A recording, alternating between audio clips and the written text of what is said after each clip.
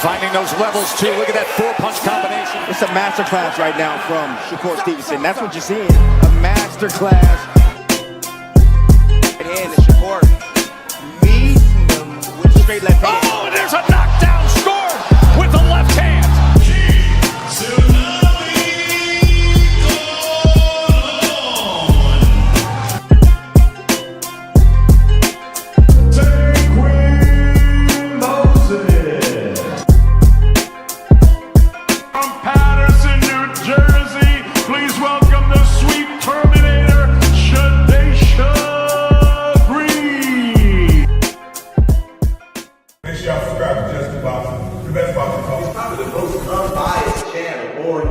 Right now, we're going to give him his just due. Shout out to my brother, Just Due.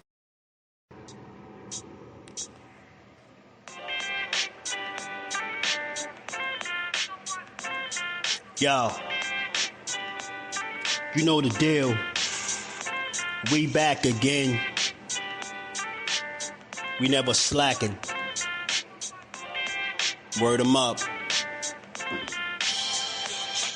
Ladies and guys, whether if you drunk or you high, it's time to pay respects to the illest man alive. If you think you got a point, he'll shrink you down to size. And from there it's downhill like a slinky or a slide. Open your eyes, got a deep connection with the rise, so you might see them jump in whenever they go live. Peep it, this channel blowing up now, it's not a secret. With tons of exclusive interviews to listen to.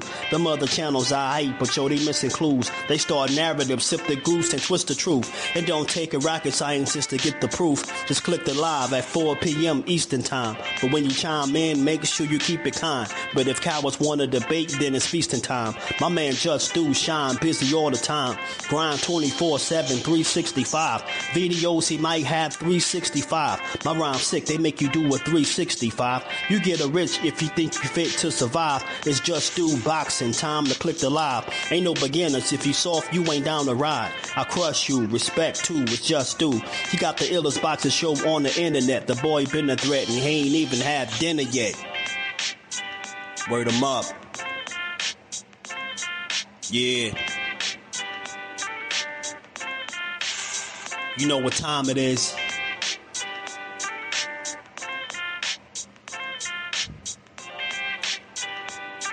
$4 p.m. Eastern. Click the link.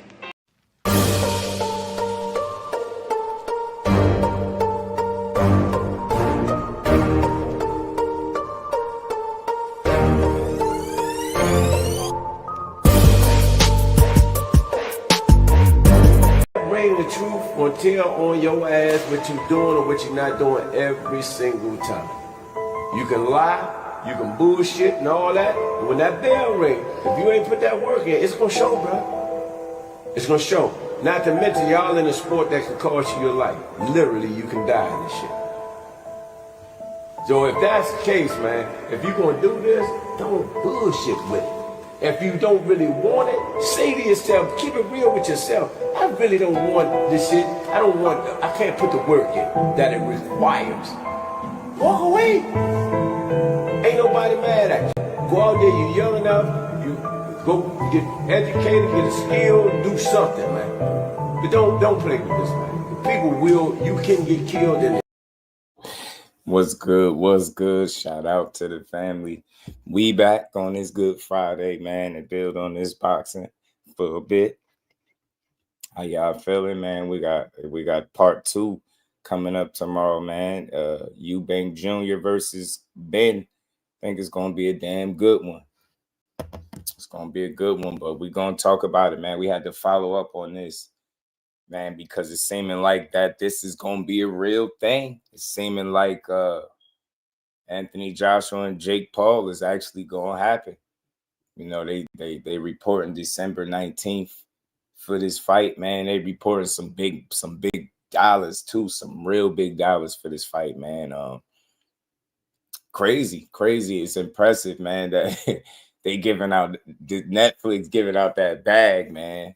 And this is why I say, man, care what you say and how you feel. This was an epic fumble, man.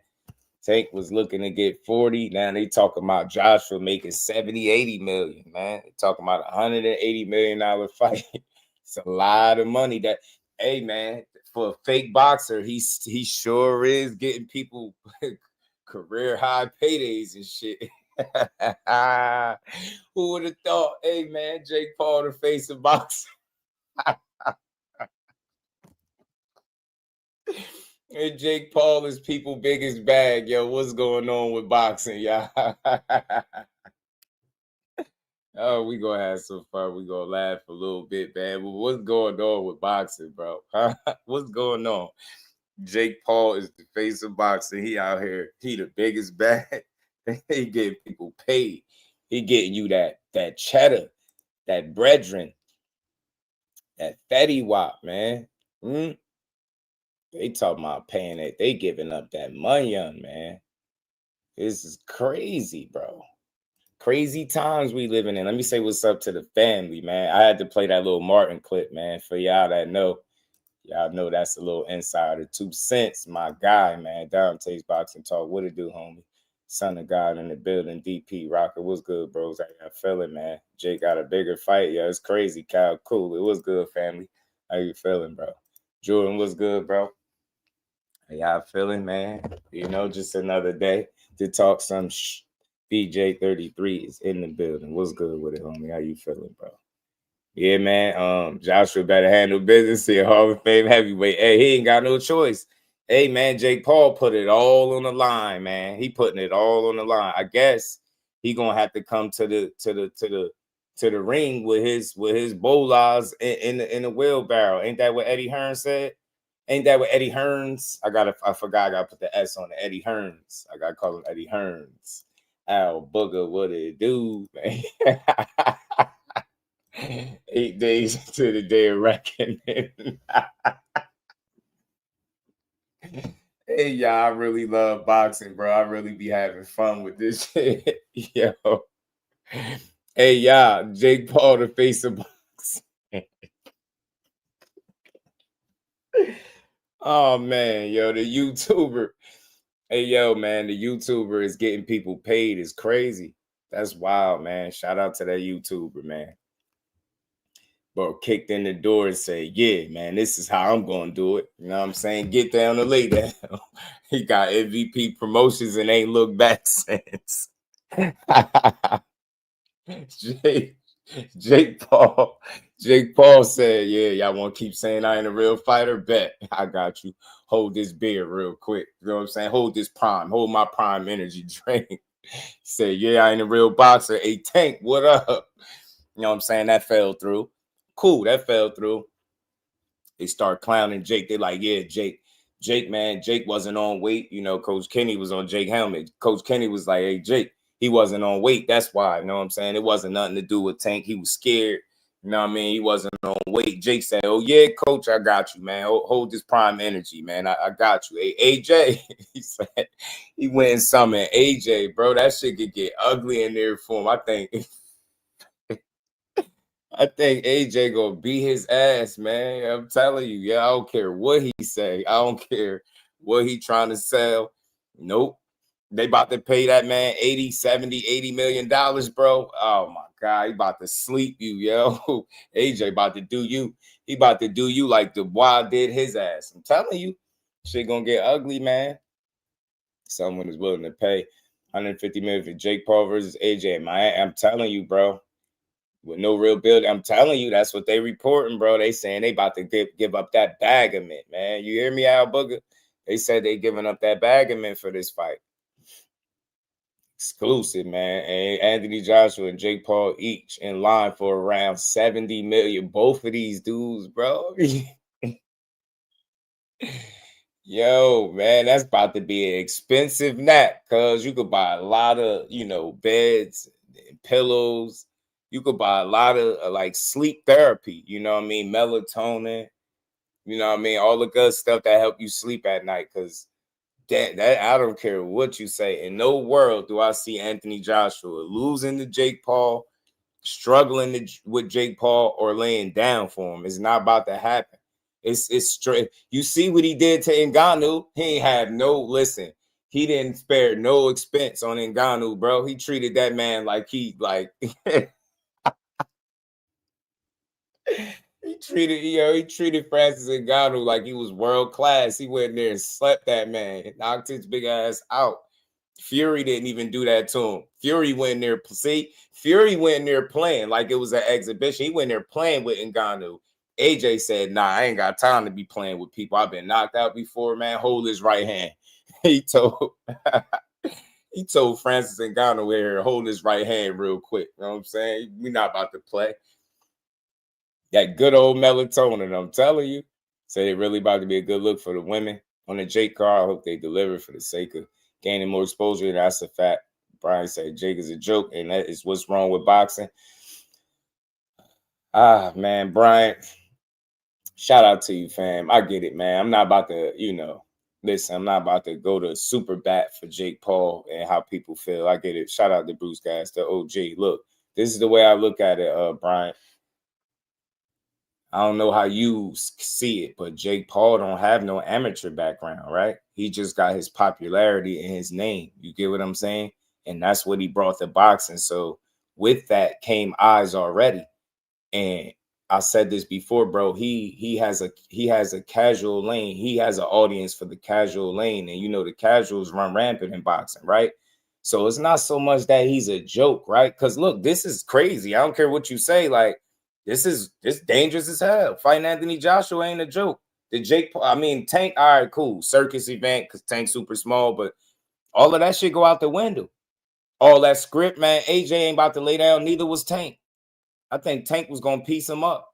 You get what I'm saying? And beat him. I ain't think, you get me now, you got Anthony Joshua. So look, dig this, bro. He hear people keep saying he a joke. Maybe there's a chance that's what he hearing. And he like, look, I'll fight Anthony Joshua then. I ain't sorry to say it because I'm gonna be real. He has no business getting in the ring with Anthony Joshua. This is a former two-time unified heavyweight champion, a legit one, right? You can say what you want about Joshua outside of the Wilder thing and the Fury fight. Like, he fought pretty much the other guys, right? His class of guys, he fought them. The Joe Parkers, the Dillian Whites. He got Klitschko in there. You get me? He fought some guys. Daniel Dubois, even though he got slept, but he fought him. You know what I'm saying? So this is a guy that's he's been through. He's had some losses. He's been at the top. He's been at the pinnacle of the sport. But Jake Paul ain't never been at the pinnacle of the sport. Do he know what he getting himself into? Like, let me remind you. Did you see what he did to Francis Ngannou? Somebody that ain't supposed to be in the ring with him. Man, he like to have punched that man head off his shoulders, bro. What you think he about to do with Jake Paul?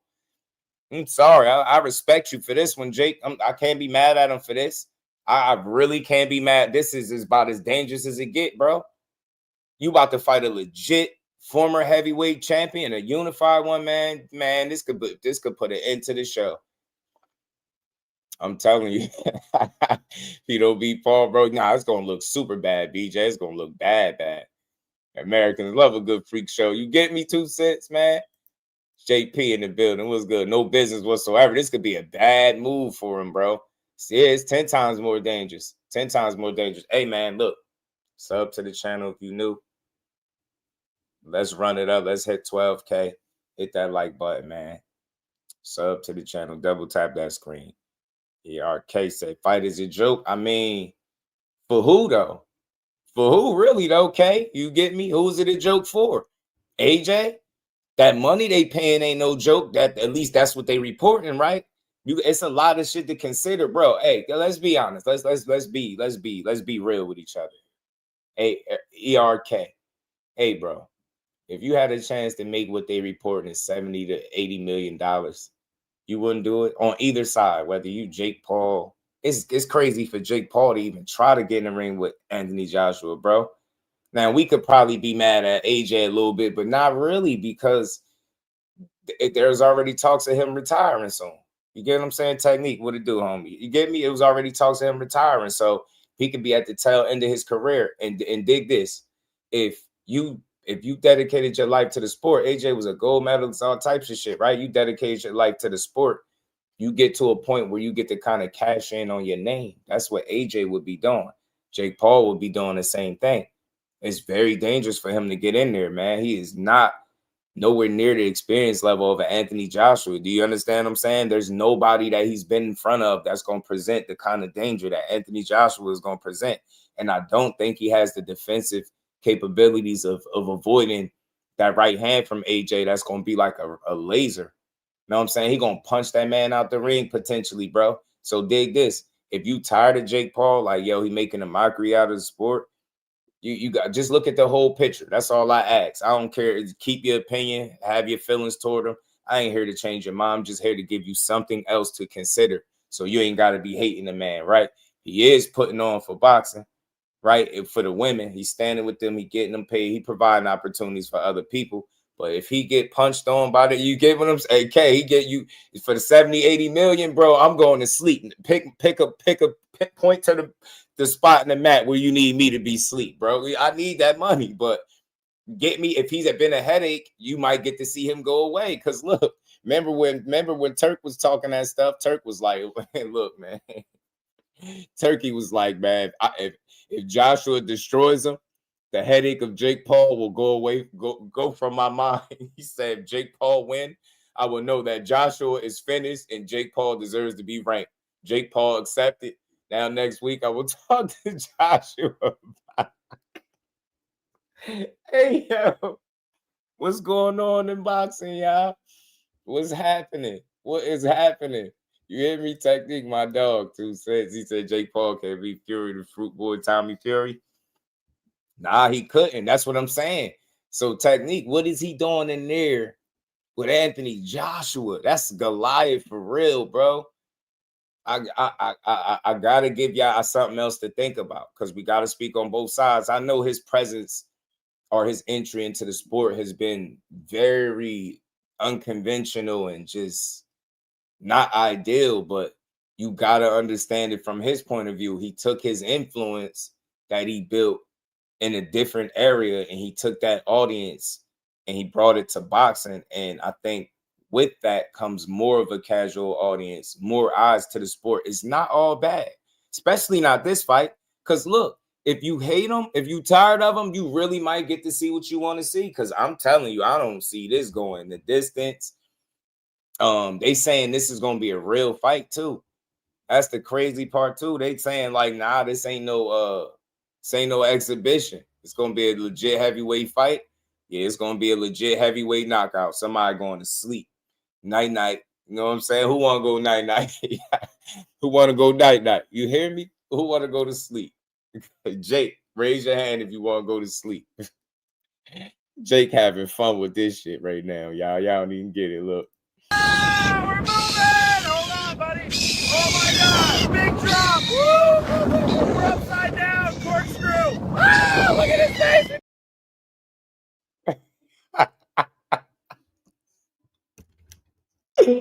Yo, did y'all AI is running wild? Did y'all see? Why would you? I know it's AI, but why would you take a dog on a roller coaster? Yo, check. Look at the dog. Ah! We're moving! Hold on, buddy. Oh my God! Big drop! Woo! We're upside down. Corkscrew. Ah! Look at his face!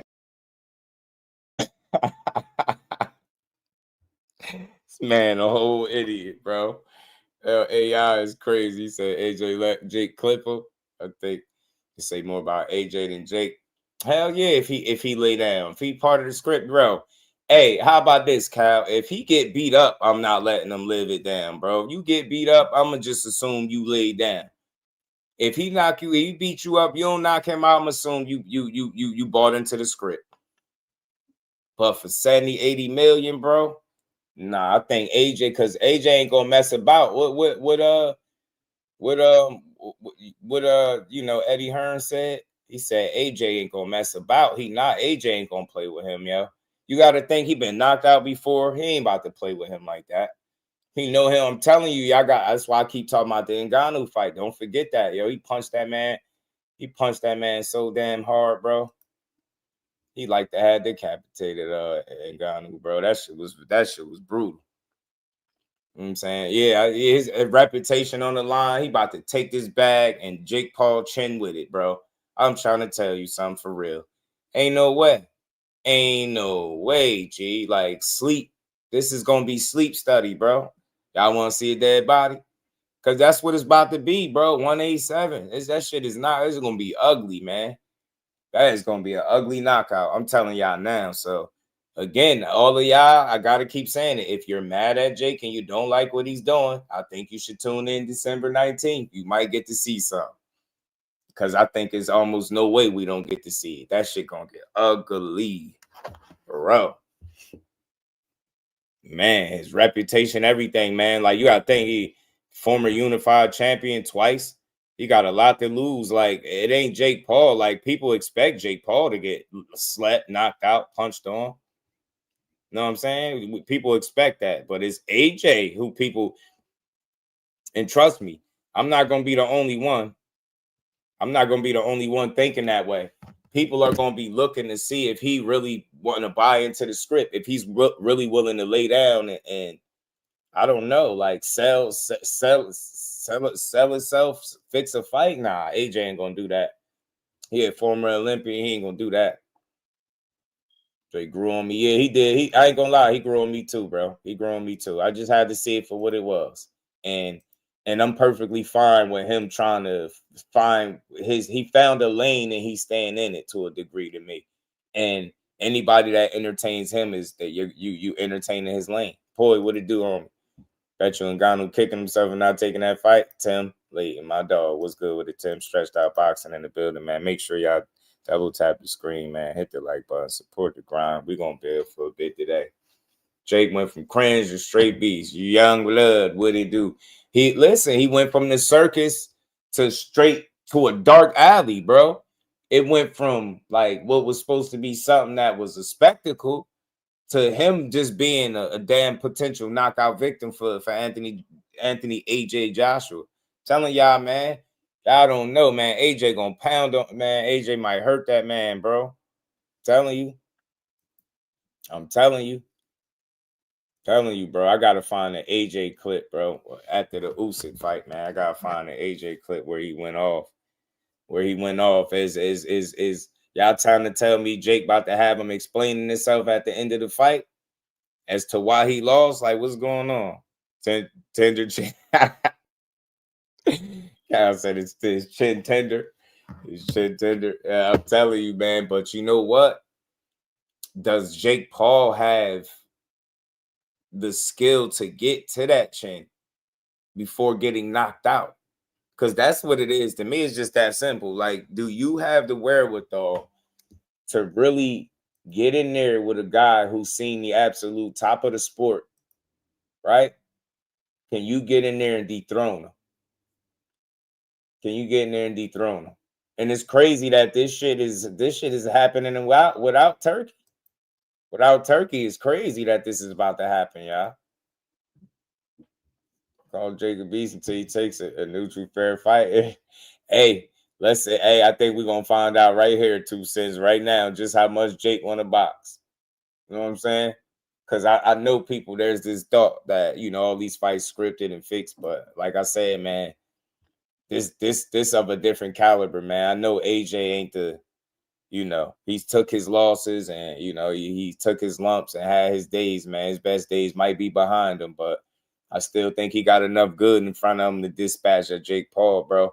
Just the level, the gap in skill and experience is insurmountable to me, right? It's insurmountable to me.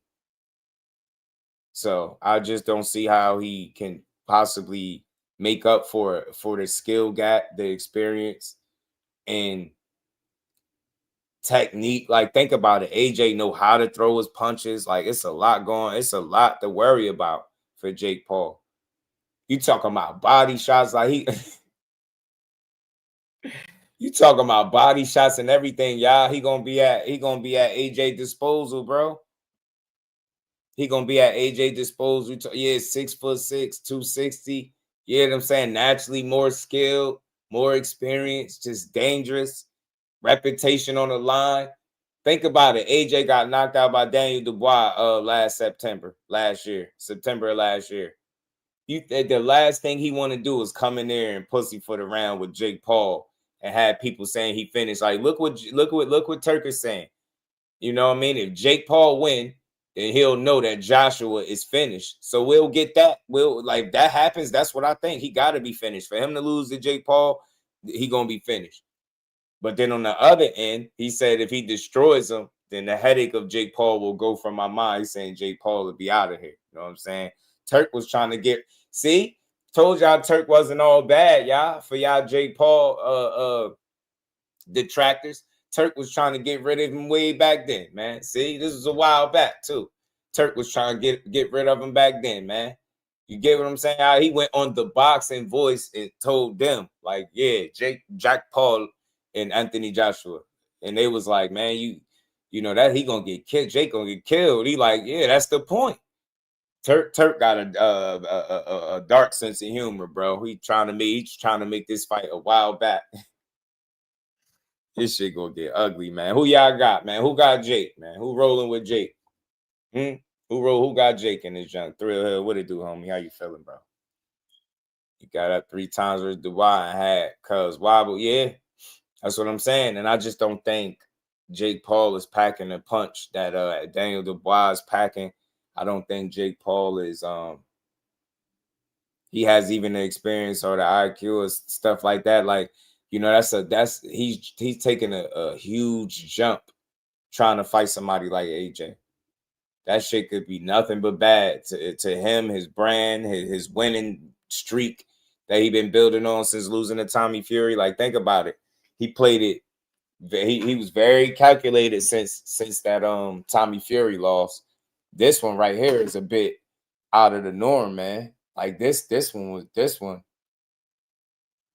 Man, you went from a little angry lightweight that was gonna be looking to punch your head off to a British former heavyweight champion that's gonna be definitely looking to put you out of your misery, bro. He not gonna play. I'm telling you. All I think about is the Ngannou fight. He didn't spare him at all. Better off fighting Wild. I'm telling you, Jake survives the first round. He probably not coming off the stool for the second. And quitting on the stool would be crazy. Jake think he got what it takes. Hey, listen, hold on, man. Y'all got to put some. Jake think he got what it takes. But here's the thing. I want to fight Anthony Joshua exclusive because I know that I will fucking beat Anthony Joshua's ass. I know he just got knocked out, right? Yeah. He doesn't have a chin and he has no skill and he's stiff. And I love you, Anthony. We're friends, all this shit, but I want to fight you. I will beat Canelo. I will beat a lot of fucking people. I will not beat David Benavidez. It's not even close. I would get torn up, bro. He said he won't beat David Benavidez, but he feel like he could beat Canelo and AJ. He must think shit's sweet because AJ got knocked out. I'm telling you, it's gonna be lopsided like hell. I think crazy for Turkey to even say that. At least Jake actually stepping in the ring. Yeah, he said hell with that. Turk Muggs, what it do, fam? Yeah, he said he ain't got no skill. He talking crazy. That's what I told you. Thrill, this dude think he could win. You know what I'm saying? There ain't no script, Anthony Justice. That's what I've been saying, fam.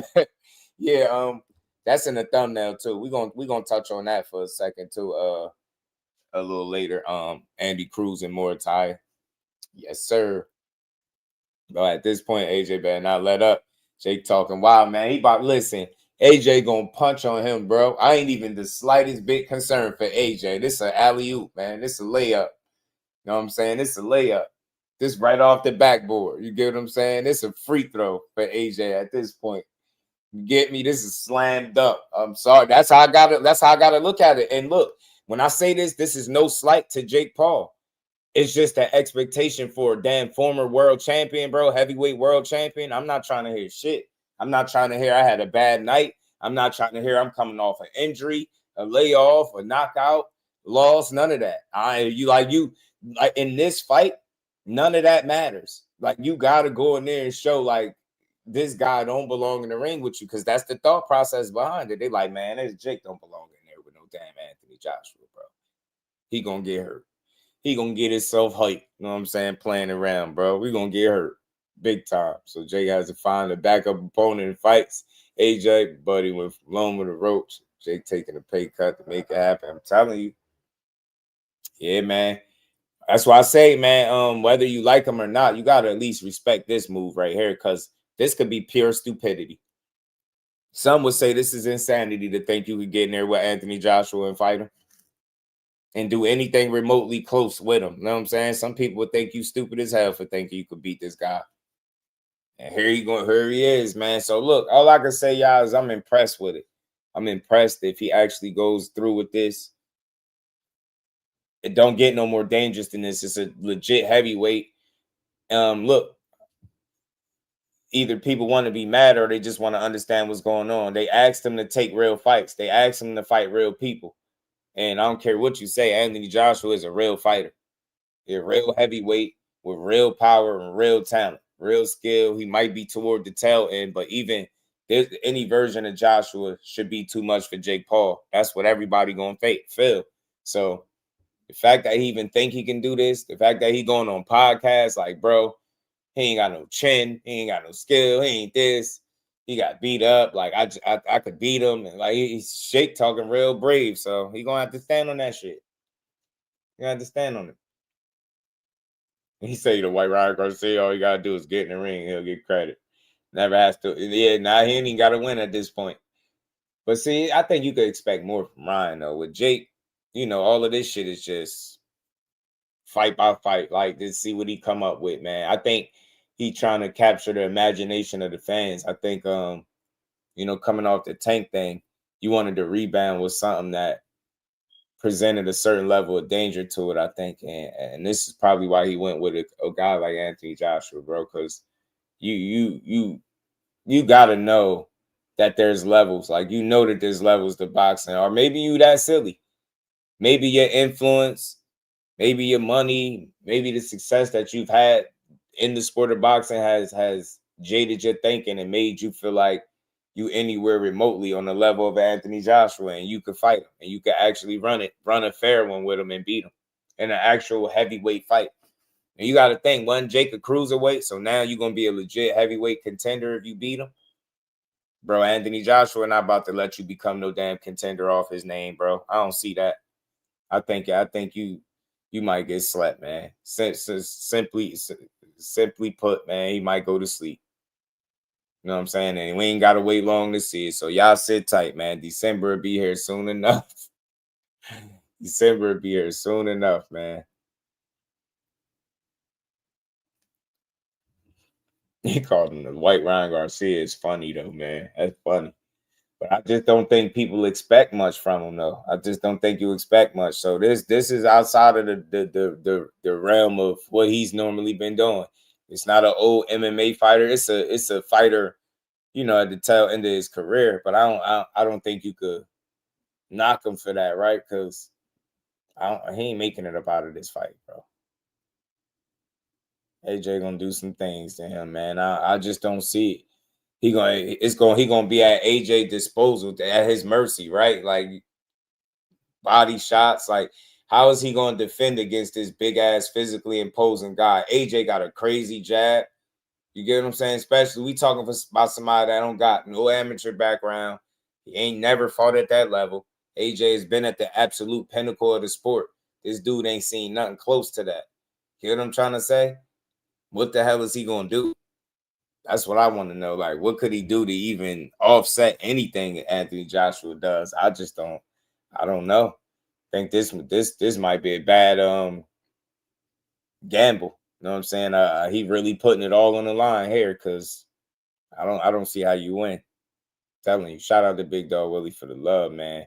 Said, according to Tank Maniac, Jake Paul duck Tank fight AJ. He said Tank Maniacs are a different breed. Tank is more dangerous than AJ. Just do why.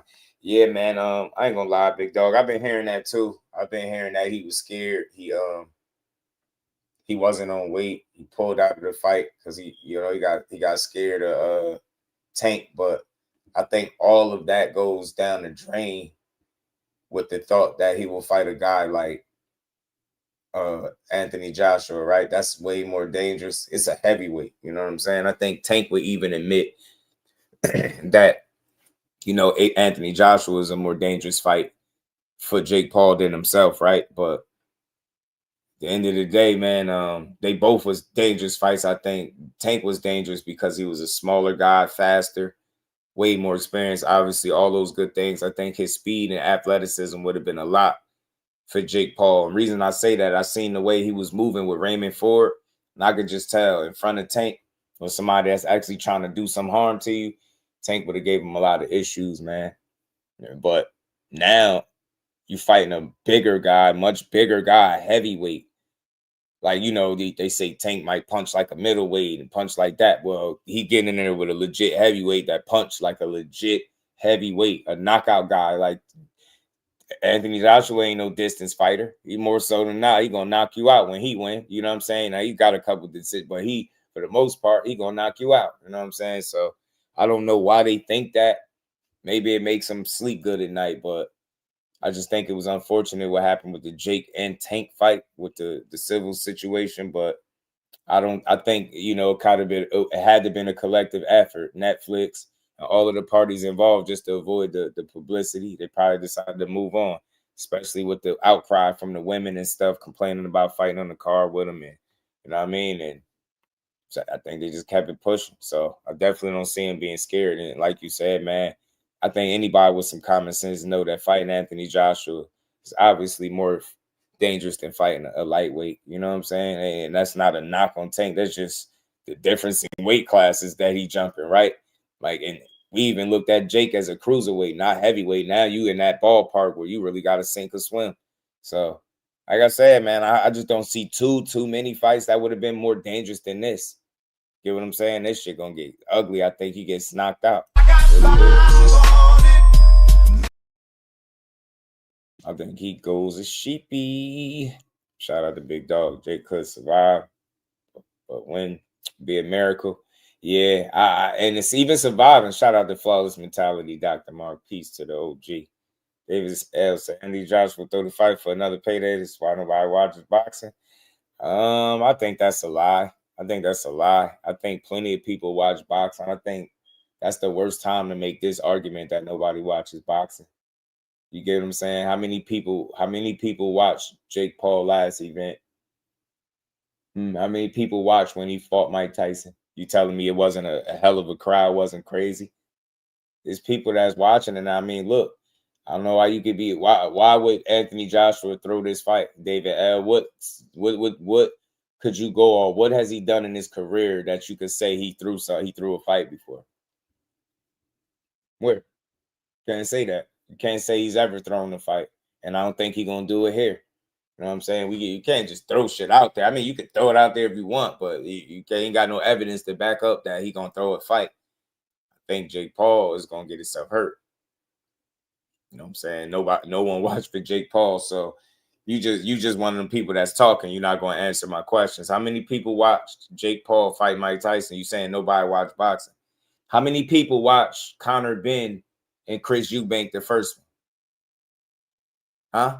How many people? They had 70K. How many people watched that fight? You telling me nobody watching boxing? That's not even regular. That's ridiculous. And then Netflix, everybody got Netflix. One of the times Netflix was crashing because so many people was watching it. Come on, man, what we doing? You having a different conversation. You moving the goalposts. Where's my conversation about boxing being corrupt? You just having your own conversation. So back to what I was saying, y'all. This is dangerous for the man, straight up and down. You could complain all you want, but you ain't gotta watch it. It's free. He not charging you an arm and a leg. It's gonna be on Netflix. You can ignore it. It's real boxing that's gonna be on the card. I don't know what that. Ain't no need to complain. Just don't watch him. That's all I can say. You know what I'm saying? But he doesn't run boxing, right? He's not keeping boxing alive. We don't rely on Jake Paul to be the reason that we go tune into boxing. But what he's doing is what he's doing. And he has a lane. He got a casual audience that likes what he does. If you're a diehard boxing fan, then you probably don't care about what he's doing. You know what I'm saying? But I do care about Gary Antoine Russell.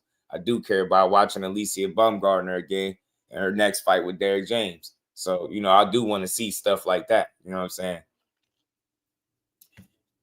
Jake is contributing. Facts, he is. He is. You know what I'm saying? He definitely is. He said Jake Paul only fan. Yeah, I think we talking to a weird guy, bro. This dude is weird, bro. The man came into the game with a fan base. I don't think he got, yeah, because I think you being a little weird. Yeah, I don't think he got a diehard fan base, but you gotta understand the game. He understands that casuals make up a nice percentage of boxing. So no matter what he does to a degree, it's gonna have some type of success. But it's one of those things where Jake is to each his own, right? Some people are into what he's doing, some people are not. It's not that I'm a fan, but I'm not a detractor. I'm not a detractor of it. It's just what the sport has evolved to. He's found his lane and he's operating in that lane. But now, when you start fighting guys like Anthony Joshua, whether you think it's a real fight or not, they saying it's going to be a legit heavyweight bout. That's dangerous for him. So you got to respect it. If you don't respect nothing else he did, you hated the Tank fight. Oh, that's a circus fight. That's a spectacle. All right, bet. Well, what is this? This shit about to get ugly for him. That's what I think. So you got to pay attention, man. Like, at the end of the day, you can't knock somebody for taking the challenge, because that's what that is. I'm a man before anything. I don't see no scenario where he beats Anthony Joshua. I don't see no scenario where Anthony Joshua buys into a script, lays down, sells his reputation, sells out for the bag. When has he ever done it? I've never seen him do it. And one thing you could say about Anthony Joshua, if you really watch his career, bro, if you're going to beat him, you're going to have to beat him. When Usyk beat him, he had to beat him. Even in that second fight, it was a bit closer because Anthony Joshua did better. Get what I'm saying? When Ruiz beat him, he knocked him out. See, it was different in the rematch, right? When Dubois beat him, he knocked him out. You got to beat his ass, man. I ain't never see AJ just give it to you. Nobody. He got hurt against Dillian White back when they fought. Recovered and ended up knocking him out.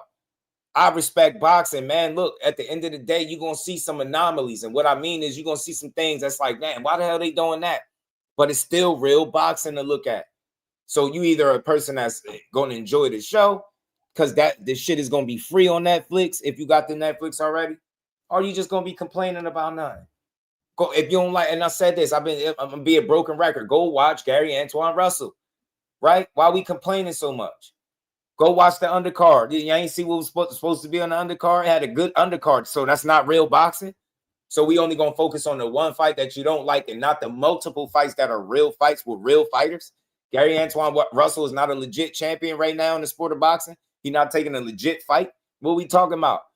Man, we ain't here to be mad at Jake. Jake, do your thing, man. You going in there, I'm a man before anything. If you're going in there with Anthony AJ Joshua, bro, blessings to you, because that shit could get ugly and you could be right side up asleep looking at the ceiling, bro. I don't see you making it up out of that fight. And then you gotta respect him. What you gonna say? Oh, well, he was supposed to lose. I think, but he got in there. He got in there. And that money that they talking about paying these dudes for this fight, that's very real, bro. We be mad at the wrong shit, man. Just enjoy the show. That's what I'm here to tell you. I mean, I ain't got to be a fan of Jake Paul, but I ain't got to be no hater. I don't hate what he doing. Because if people are going to support it, why should I be mad when it's an audience for him? Boxing is split into, like, I think 2 different factions. You got your diehards and you got your casuals. He came into the game, what is he, a YouTube Disney child, right? He came into the game with a certain audience, bro, right? I don't think he got a bunch of diehard fans, sitting around and waiting for him to fight. But that's not the audience that he's trying to attract. Think about it. He was just about to fight Tank Davis. You really think he's trying to attract the diehard, so to speak? That's more of a casual appeal. That's going to be an exhibition. There's always been a place in the sport for exhibitions, right? That's all he doing. It's not all bad, yo. This shit it's not that big a deal. If he get knocked out by Anthony Joshua, he get knocked out. But I respect the fight if you take it, Shout out to Son of God, my dog. He says better to get KO'd to a big man than getting KO'd by a little man. Looks better. It's definitely not as bad as it looks, Son of God. That is absolute fact, bro.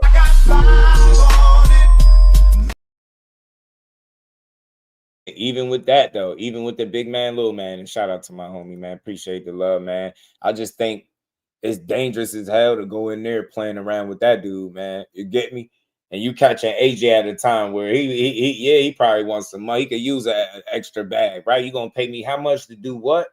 Like I'm telling you, they reported that they paid him a lot for the Ngannou affair, and you look how he slept his ass, man. Don't make me pull up the video how he did Ngannou. Y'all must have forgot. I got to put some respect on AJ. If you do not belong in there with AJ, your ass is grass, bro. Shout out to Big Dog Willie back in that super chat. Appreciate the love, man. He said AJ was sleeping. Any man with I'm telling you, shit gonna be bad, yo. Jake Paul, kudos to you for trying to fight this dude, but all right, good luck. And we ain't never got a box again. Well, Right. well. I already been getting these back, but now it's time for you to get your just due. 85 million for Ruiz too. That shit crazy, man. A lot of money, bro. It's a lot of bread, man. They playing with some real money. And Jake Paul was a wrestling match. I'm telling you, that shit would have been strange to watch, more than likely, right? But this one right here, this is as dangerous as it get, bro. Go ahead and get that money, man. And I'm just sorry, man. I'm a realist. You know, as diehard fans, you want to see, you know, the big fights, the names, the top guys, but the money that these guys are paying for situations and fights like this is ridiculous. You know what I mean? They're talking anywhere from 140 to 180. Like, that's a lot of money they playing with. And I think you would almost be foolish if you were a guy that entered the sport from Jake's angle. And I think you would be foolish to ignore a bag that big if you entered the sport from Anthony Joshua's angle, right? There's different reasons for them to accept fighting each other. Obviously, AJ, because shit, like I said before, if you could fight Ngannou, you can fight Jake. Get what I'm saying? Jake Paul got more fights than Ngannou. Get what I'm saying? So you can fight him, you can fight Jake at the end of the day. And like I said, man, money talks and Bush run a marathon, bro. So I think the way they see it is simple. They found somebody that got the bag, that's paying it. Jake, I told you he's not big on canceling events. He was gonna look to salvage this event. Told y'all that. You know what I'm saying? I'm surprised he went with this opponent still to this day. I don't know what he's thinking, but if I'm expecting a knockout loss for him. I'm sorry, I do. And Anthony Joshua, if you sell out for a bag, we gonna be able to tell. That's one thing about these dudes, ain't good actors. So you go in there pussyfooting, and all of a sudden now you can't fight. We gonna be able to see that shit from home. So I just don't think AJ gonna go out there playing with him because it's too much on the line. Think about like how to tarnish his legacy if he loses. It's one thing to entertain fights like this. But the consensus is, okay, well, you're going to do it because we know how much money you're getting paid, right? But you better go out there and win. You get me? You better go out there and win, and you better be impressive. We ain't trying to hear no draw. We ain't trying to hear no close calls. None of that. You got to go out here and put the Beats by Dre on this man. You hear me? I beat his ass. Dank, what it do, homie? PGH, Big Dog is in the building. Broly, what it do, man? Say who's more dangerous opponent for Jake? AJ Tank. Dank, yeah, man. We was just talking about that. It's definitely AJ by a landslide, simply because of the weight disparity. AJ just being a legit heavyweight and a former 2-time unified heavyweight champion. He's fought the who's, very battle tested, experienced, all that good stuff. You do not want to go in there playing with somebody when you at such a disadvantage in terms of experience and like competition. You fought nobody on the level of Anthony Joshua.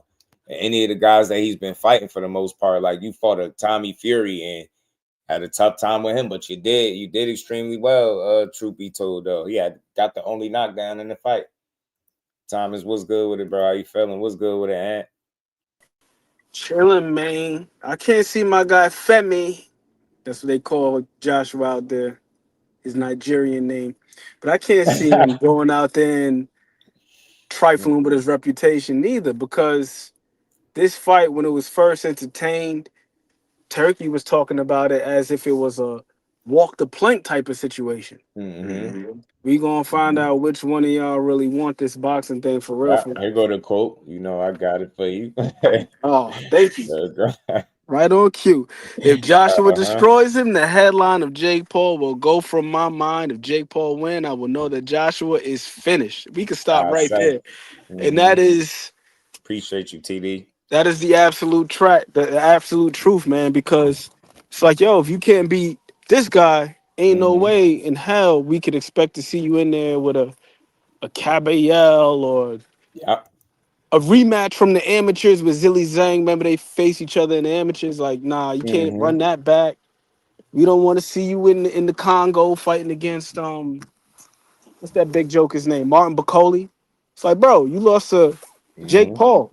Right. It's time to wrap it up, call it a career, be a fitness model or whatever the hell it is that you're gonna do. But that boxing, that's over and done with. So I think it's important for him to win this fight. And kudos to Jake Paul, man. Jake Paul, if he goes in there, even if he gets knocked out, hell, he was supposed to. It's like getting dunked on by Shaq. Right. Right. You Yeah, know what I man. I mean? see you, Dank, man. Look, people that's saying him and Tank is equally dangerous is just being super fans. There's no other way around it, bro. People not being logical and realistic. Anthony Joshua's punching with something totally different. Like, think about it. You know, people will say, Tank punch like this or that weight or this weight or that weight, but not an actual heavyweight, right? So this is simple. That's not a knock on him. Anthony Joshua's a really big man. It's a 250 plus pound, guy, 6'5", 6'6". That shit totally different. It's perfectly fine to realize that, he's a lot more dangerous just because he's a super big guy. But I think both fights presented a level of danger if you just want to speak on both sides. Everything ain't got to be a competition. Who expects, Tank as a lightweight to be punching like a legit former heavyweight champion? That's ridiculous. But he presented a level of danger because they both have experience over this guy that he's just not ever going to be able to make up for. You know what I'm saying? And that shit matters. So even though he had the size advantage over Tank, it's just too much, I think, skill, experience for him to actually win. You know what I mean? I don't know. I just never seen that. And now you could eliminate any size advantage that you potentially had. You're not taller. You definitely ain't fought nobody remotely on this level. And that right hand is going to land like a laser. I don't even see him being able to defend against Joshua for real like that. Hannibal was good. Poy, what it do on me? Right? I just think it's going to be all dangerous for him. You know what I'm saying? That man going to punch his ass. I'm going to keep bringing it up. You see what he did there in Ghana. And I say that because it was somebody that didn't belong in there with him, right? Skills from a skill standpoint, experience. And what did he do? Treated that man like, man, I don't give a damn. Joshua highlight reeled that man so damn fast. Sent him to the sunken place. Like, man, get your ass about the ring. Walked off. I was like, yeah. He understood the assignment. And look, I don't know why y'all so sold that he just paying Anthony Joshua to lose. Well, why do we be so comfortable pushing conspiracies? Right? Like he fought Tommy Fury, didn't buy into the script.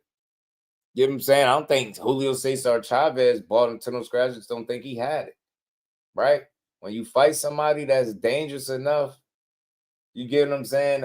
You're going to be able to see it, right? Like this is harder to dress up. Right? You know what I mean? Some of them other fights, you expected them to go a certain way. And this one, we're going to have expectations for it. And it's unfortunate that Joshua ain't got a lot of room for error in terms of like why he ain't get the job done.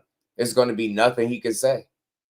They're going to be like, bro, just like Turkey said, this going to show him if Anthony Joshua is finished. If Jake Paul was the winner or something, then that means he's finished. If not, then my headache could be gone. Like, you know what I'm saying? Like, that's also sit back. Sometimes, man, as boxing fans, you got to sit back and enjoy the show.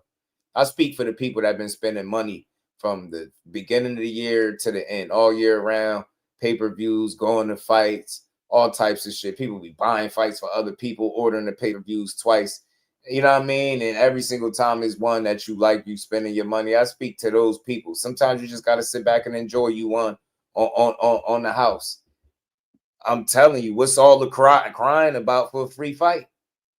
Unless you don't got Netflix and you're going to have to buy it and pay the subscription and complain about that. But Netflix is a pretty damn good streaming service, if you ask me. So you get me? Think about how many homes Netflix is in. So I don't know, man. Just watch it for free and enjoy it, bro. Or turn that shit off when it come on.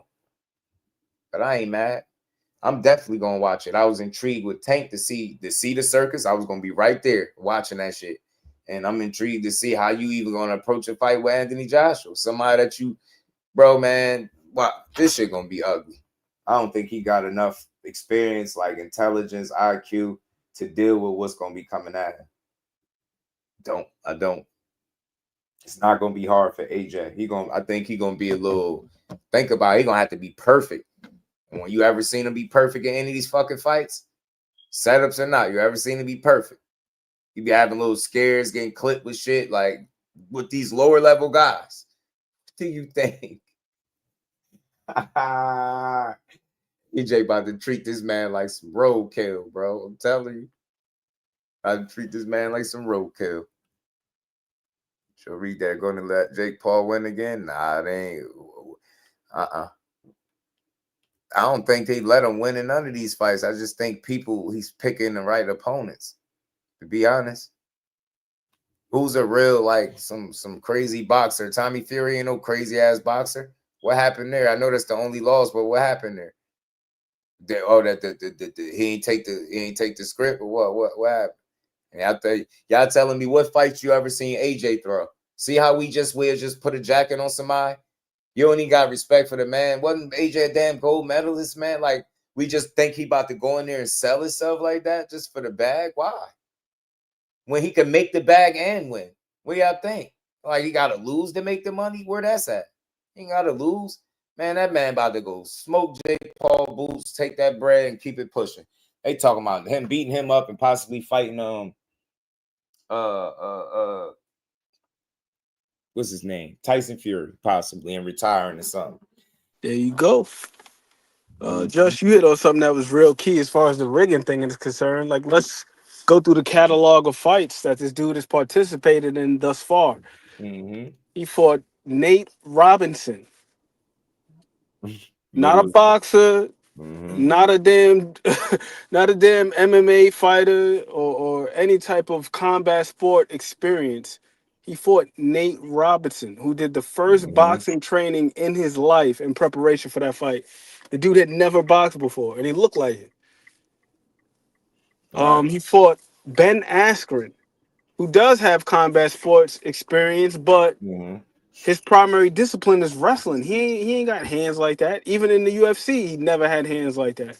He's a dude who wrestles. Right. Tyron Woodley is considered like a decent striker in the UFC, but he was like damn near 40 years old when Jake fought him. Be all right. He fought an old what's my man's name? Julio Cesar Chavez Jr. Well, even as a boxer in his prime, there were already questions about his discipline. Right. His biggest fight that he had before the Canelo fight was probably the Sergio Martinez fight. And it looked damn near like the damn Jake Paul fight. He ain't really do nothing and then just let his hands go in spurts. But for the most part, he looked like he was sleepwalking through the fight. Right. You got what's his name? Tommy Fury, which he lost. He fought Mike Tyson, who's damn near 60 years old, coming off of an ulcer. Right. You mean ogre? Nah, Mozzie, not an ogre, ulcer. But yeah. It's like you don't have to rig any of those fights. Right. Those matchups are made to do nothing more than generate interest. It's all about the names. You got some familiarity there. Anderson Silva, I think he might have fought him too. Anderson Silva, a former UFC fighter. It's all about the names. Some of these guys got a little bit of some of these guys had combat experience, but their names. That's it. Nothing more or less. This will be the first one where it's like, damn, Jake could really mess around and get hurt in this fight. Yeah. I think this shit gonna be bad. I'm telling you, AJ ain't about to. That's all I'm looking at. Like, this would be new for AJ to just sell out. And I know people like y'all just think anybody gives up anything for money, but they're already willing to pay him the money. I get what Hannibal's saying, but I don't think it's gonna be nothing like that. Because unless you like, I look at it like this, right? Some people might think AJ is willing to sell out for the bag. I don't think he has to. So why do it? Get what I'm saying? And shit, nah, I'm pretty sure Diaz didn't want to lose that fight to Jake Paul. That's a dude that he could beat you. He gonna do it. You know what I'm saying? So, and I listen, I'm with you as far as like some of them seeming rigged and staged and fixed up. But that's what I'm saying. I mean, some of those opponents, though, if you think about it, you could make a case that you could see him beating these guys. With AJ, that all bets is off. This would be obvious, right? I think it'd be too obvious if it's a script and he lay down. It'd be way too obvious. I don't see him doing that. And he got money already. He ain't hurting for no money. Yeah, did you see how they treat AJ where he at? He could retire right now already and be good. They already talking about 2026 being his last year, which is why I can see him doing this. And on top of that, the Francis Ngannou fight, he entertained that. You know, at least Jake got more experience than that guy. I don't care if he punched harder and all that. You ain't got the skill and the discipline, the IQ to land it, the setup, this delivery, and it don't matter. And you know, AJ showed you that. So I think it's gonna be much more the same. You're not on that man's level, he's gonna put hands on you. And it's gonna be a knockout. You're not making it the distance. You're not on his level, you won't make it the distance to me. That's a legit puncher. It's a big ass dude. Real David type. You know what I'm saying? David. And his other trainers said, good train bomb. Jake fights like Sugar Shane Mosley. Yeah, I don't know about that. I don't know. That'd be interesting, though. Jake Paul fighting Francis Ngannou. It would have been interesting to see Francis try to take that fight. Never know what would happen. That's what I tell you, man. It's boxing. It's boxing. But in this one, I just got to go with the easy pick. So let's see if it happens. December 19th. That's what they reporting. All that money. They said Joshua said he is with get it. Mm-hmm. And I'll say this too, man. Yeah, boxing is corrupt. We see it on a regular basis. Janky ass decisions, janky ass officiating. Some of the rulings that take place. Shout out to my man Charlie Suarez. I saw that announcement from Matchroom today that they finalized Navarrete versus Eduardo Nunez. Felt like Charlie Suarez got a raw deal in that one because they waived the fight off due to a cut, only for them to go and review it and say that it was caused by a punch. It was legal. So by technicality, Charlie Suarez should have won the fight. But again, so I say all that to say this. Yes, corruption is rampant in boxing. But by the same token, I'm not willing to say that corruption is taking part here until I see the fight. I gotta see it first. Now, if AJ go in there and he's pulling punches, like he got Jake in range, he not letting him go, or some weird shit going on, like the Mike Tyson fight where he in there biting his gloves instead of chucking leather, then I'll say, nah, hell nah, this is scripted. But until then, I'm just gonna wait and see. I'm gonna reserve my judgment. Right. And I get it. So let me be clear. I understand people's reservations in terms of like, you know, if it'd be rigged to fix, but just got to consider, you know, that's a lot that's some real sellout shit. You would tarnish your legacy. I think AJ cared a little too much about his legacy to go out like that. Now, I could be wrong, but like I said, these dudes ain't good actors. And you choreograph a damn fight, a heavyweight fight if you want, and think that people ain't going to be able to see it. You know what I'm saying? Like, So like I said, we expect him to go out there and handle business, man. He don't belong in there. Go punch him out the ring, collect your coins, and let's see what Jake go from there. Because like I said, he was very confident in this clip. But here's the thing. I want to fight Anthony Joshua exclusive because I know that I will fucking beat Anthony Joshua's ass. I know he just got knocked out, right? Yeah, he doesn't have a chin and he has no skill and he's stiff. And I love you, Anthony. We're friends, all this shit, but I want to fight you. I will beat Canelo. I will beat a lot of fucking people. I will not beat David Benavidez. It's not even close. I would get torn up, bro.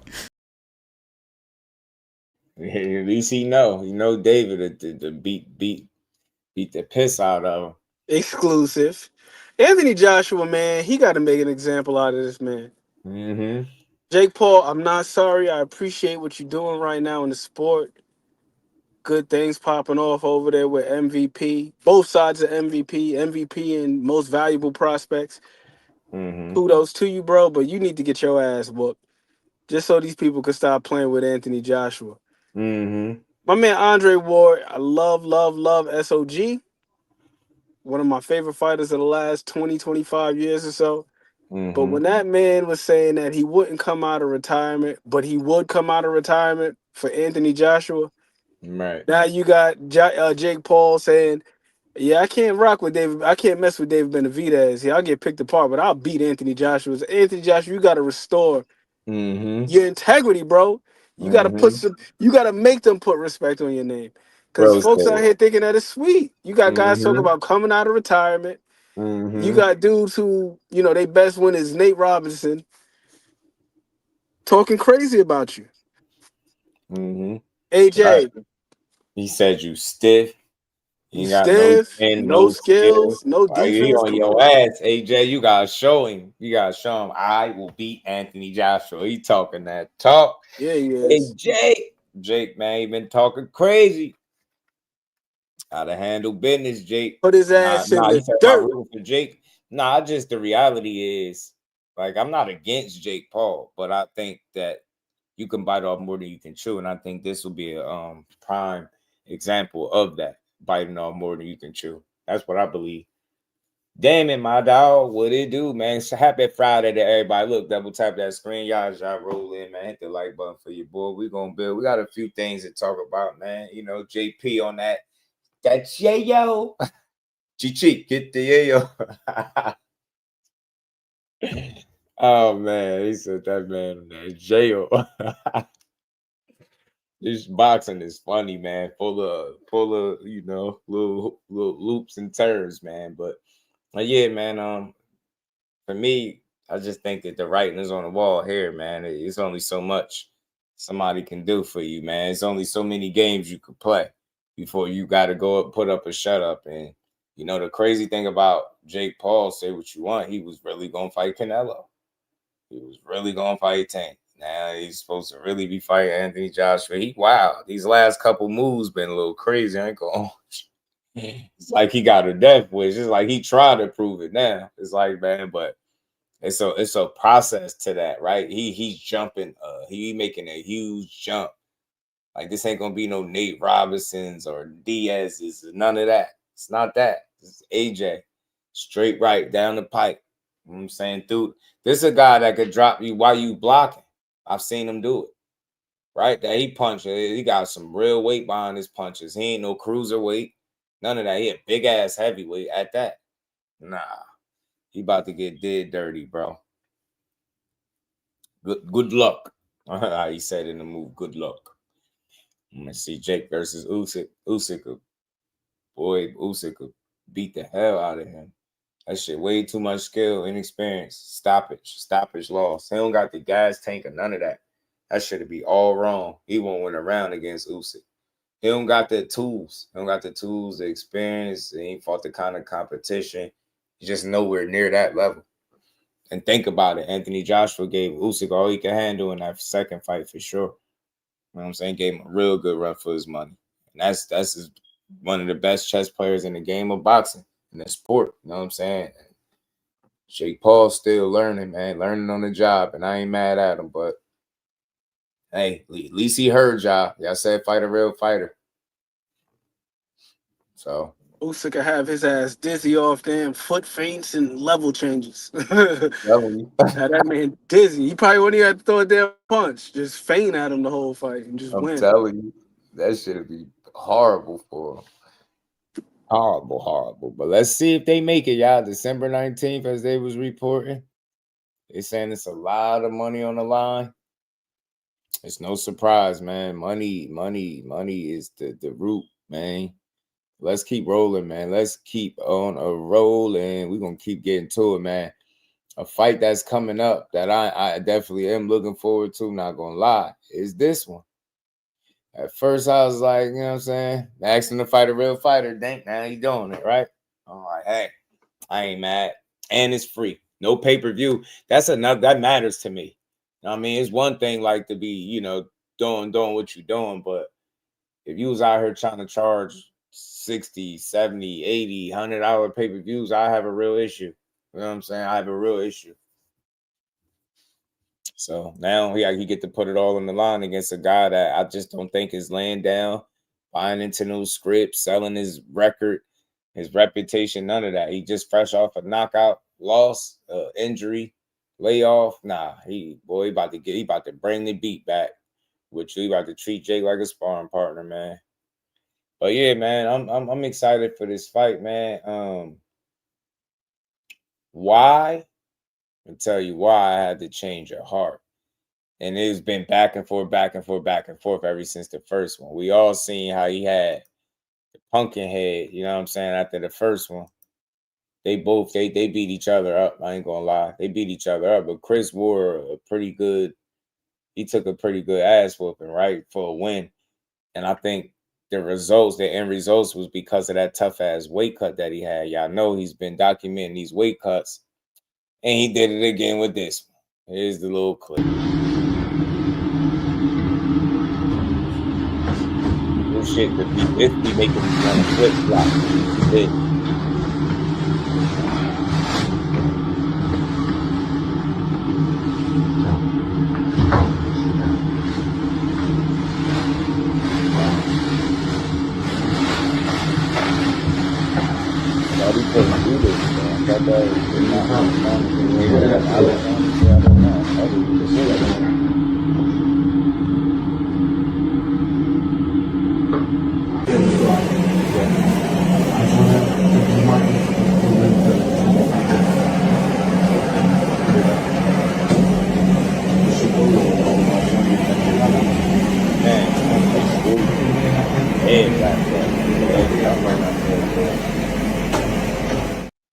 That shit crazy. Cornelius, what's good, player? How you feeling?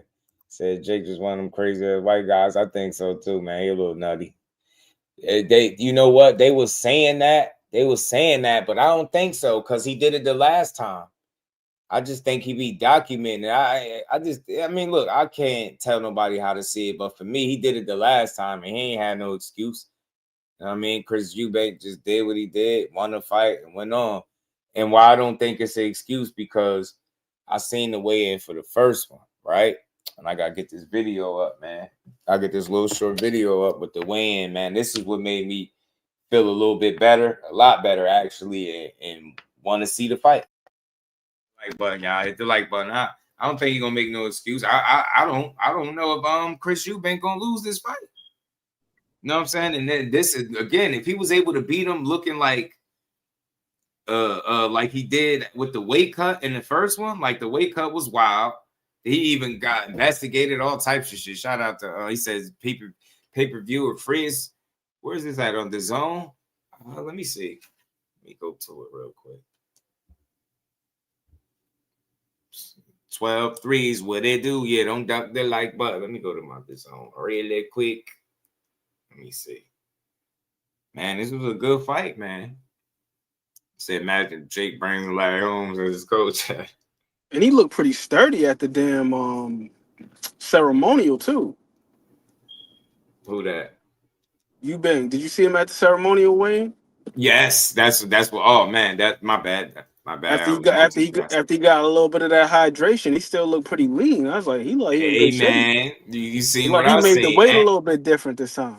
Yes, sir. This is what I'm saying. I said, hey man, I feel a lot better about how this fight is going to potentially look now that, you know, because it's all we know. Like we could imagine from our seats how tough this preparation is, but we know like how important it is for them to prepare the right way, right? Not just do shit, but do it the right way. And I ain't no damn specialist. I just know the last time he looked like he struggled. This trip, you know what I'm saying? We turn this down as we talk about this, but this one, be my boy. Oh, you mute with your side. Yeah, so I don't know, man.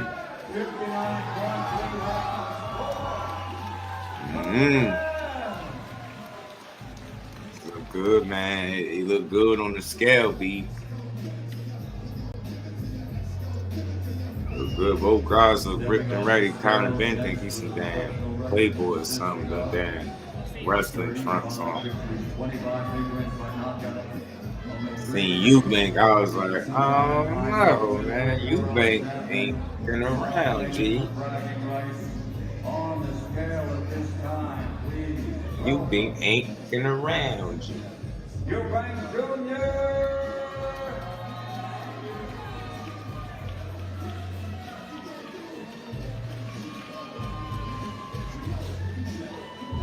Yeah, definitely the zone pay-per-view, Mr. Grande. Eubank gonna punish the drug cheat. I think, hey man, look at his face. I seen his face. I said, nah, Eubank looked like he killed it and has pushed it to the limit. He looked nice and hydrated. He looked different. He looked healthier, man. That's a good look for him. He didn't look like that the last time. They both look solid, ready to go. I don't know. I'm intrigued, man. They definitely got my attention. I want to see it. He pushed himself to the limit, but he don't look sick. He don't look like, drained and none of that. He look ready. So I just think, and you know what? I'm gonna tell you, this is another thing. I definitely don't feel like it's an excuse, built-in excuse with the videos, because if you really follow his career, he's documented several of his weight cuts, not just against Conor Benn. That's just something Eubank do. You could go back and watch the videos of him, like taking the stuff off, squeezing out all the sweat in the bucket and all that. He always do that, showing you how ripped up he be. He always documented his weight cuts. You ready to go, man.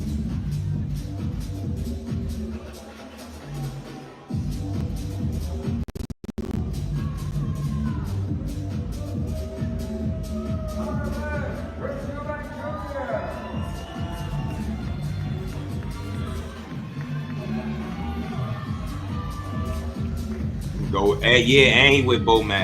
Ain't with Bomac. $24.99 in the UK, $59.99 in the US. $60 for this girl. The inclusion of Bomac into this camp, I was thinking that had something to do with the weight cut, the way that he made the weight. Because remember that clip that you played yesterday where Virgil was talking to Jamel Herring, they talked about eating the pizza, and Jamel was saying how Bomac was on his case about eating that slice of pizza and how you got to come down a certain way, and then when you start to rehydrate, you got to make sure you're putting the right food back into your body. Right. And I seen that Eubank was 159.1, and then on the ceremonial he looked pretty strong. I'm like, yeah. And Conor Benn heavier He than did it much him. better. He is by That's a couple another ounces. thing. Yeah, like I know it's a little bit, but it's a game of inches, bro. I think Eubank killed it in camp the right way. The right way. You get me? Man. He said per month if you get the Zone Ultimate plan. They always on some the Zone Ultimate plan. I hate the Zone, but I got it. I got the Zone. 60 hours for these two nuts. But this is a good fight, though. Good fight. Both guys look like they ready to go, man. And, of course, Conor Benn gonna do what Conor Benn do, but I just think Chris Eubank is a bit better than him. He picked up boxing late. He all heart, and he got some talent and stuff too. But I just think Chris is a little bit more skillful than him, and has always been.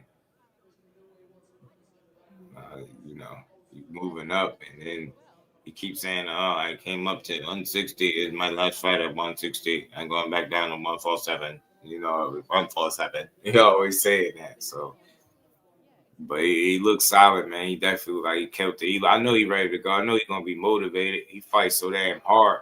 But then again, that's another thing too, where I feel like Chris Eubank has the advantage. His demeanor, right? He got a sense of calm over him that I think allows him to fight, a bit better, make better decisions, should I say, under pressure, under duress. Conor Benn be bringing it, but he be so damn, aggressive that I think sometimes it could work against him. You know what I'm saying? And this could be another fight where it work against him. Like, I wanted to play something from they. This almost over. I just wanted y'all to see how they look for the most part. They look dialed in, ready to go. I wanted to play his hope down flag before, but I gotta play this one time. They had a hell of a round, bro. Their third round in their first fight. I mean, not the third round, the 12th round. Man, it was a hell of that was a hell of a round, man. Ooh, that's how you go to war, man. So I'm extremely impressed with the way Chris Eubank was able to go out there and close the show. But more so, Conor Benn had no quit in him, bro. You gotta appreciate shit like that. You got to be able to see it for what it is. I respected that. It take a lot of guts, man. That man is a natural 147 pounder. His first fight up there was Chris Eubank. He gave him hell. You know what I mean? And some would say Chris took the worst of it, right? With all of the pumpkin head that he gave him, man. They beat each other up pretty good in there. And Conor Benn, I had this clip I meant to play, man, where he's eating eggs and shit. Say he eat like 10 eggs a day. I said, man, this man about to pop playing with the eggs again, bro. But nah, all jokes aside, he looked really healthy for the weight too. Like he said, this is his last fight at obviously up there at 160. And he said he's taking his ass back down to 147. He going after the guys. I'm gonna go out there. I'm gonna do exactly what I. For me, this is my last fight at 160. You know, I'm not much bigger than Eubank. this is my. You calling me out? No, I'm not. Yeah. This is my last fight up at 160, and then I just can't wait to be done with this. I can't wait for this to be done. Never have to see his face ever again. Never have to hear it again. I can drop back down to 147 and pursue the goal. Me and my trainer and my team set out to achieve, and that was winning the world title. Man, so there you go. Like that's gonna be his last fight there. Obviously, I get why they did it, man. I had a chance to think about this fight a little bit more and just think about the history with the last names, the Eubank last name and the Benn last name, what their fathers did. They rejuvenated the rivalry with their fight. I know it happened under some tough circumstances as far as them having to, Conor Benn having to sacrifice and move up, and then Chris Eubank having to boil down a bit. But I mean, shit, that first one was a bit of a classic, yo. It really was. It really was. And I think the second one could be the same because it's a lot on the line. And neither guy want to take a step back. Neither guy don't want to lose. Stubborn. The fathers is there. Like this shit is very impactful for boxing, bro. See how many people was watching them the first time? I tell you, there's so much shit to appreciate about boxing, and this is an example of how boxing ain't dead. Watch how many people be in attendance watching it. That shit is alive and thriving, man. That shit is dope when you can get that many people to pay attention to two guys for one night. You get what I'm saying? And everybody gonna be looking at that fight, and they gonna be going to war. Y'all seen that 12th round? That was the 12th round, bro. That was the 12th round. Why the hell was they going that hard? Like them dudes was trying to kill each other, bro. I don't even care how we got here. Like all my feelings about it is over with. Listen, y'all put y'all shit to the side. Y'all said, hey, I'm gonna make the sacrifice. Look, they paying you millions of dollars to be the professional and make the weight. And remember, Chris Eubank, he missed it last time. He made sure he said, hey, wait, ain't no missing weight this time. And he looked good doing it. He looked like he killed himself again. But then when he hit the scale, I'm like, oh no, cuz looking healthy. He looking rejuvenated. He don't look like, when they kill themselves, their color be a little off. He got the color in his face. You get what I'm saying? He look healthy. His bones ain't protruding or nothing through the goatee or the beard. You know what I'm saying? He's straight. I'm like, nah, he ready to go. Chris ready to go. And Conor Benn, to his credit, is ready to go. He like a true professional. He got good genetics anyway. That dude be pretty chiseled up, Conor Benn. You know what I'm saying? He a damn killer too when when you allow him to. When you ain't on his level, he can beat your ass too. It's gonna be a good night, man. It's gonna be a fun fight. I like it. I like this fight, bro. I don't think they got a whole lot on the actual card that I wanted to see. I mean, Jack Catterall, I want to see how he looked with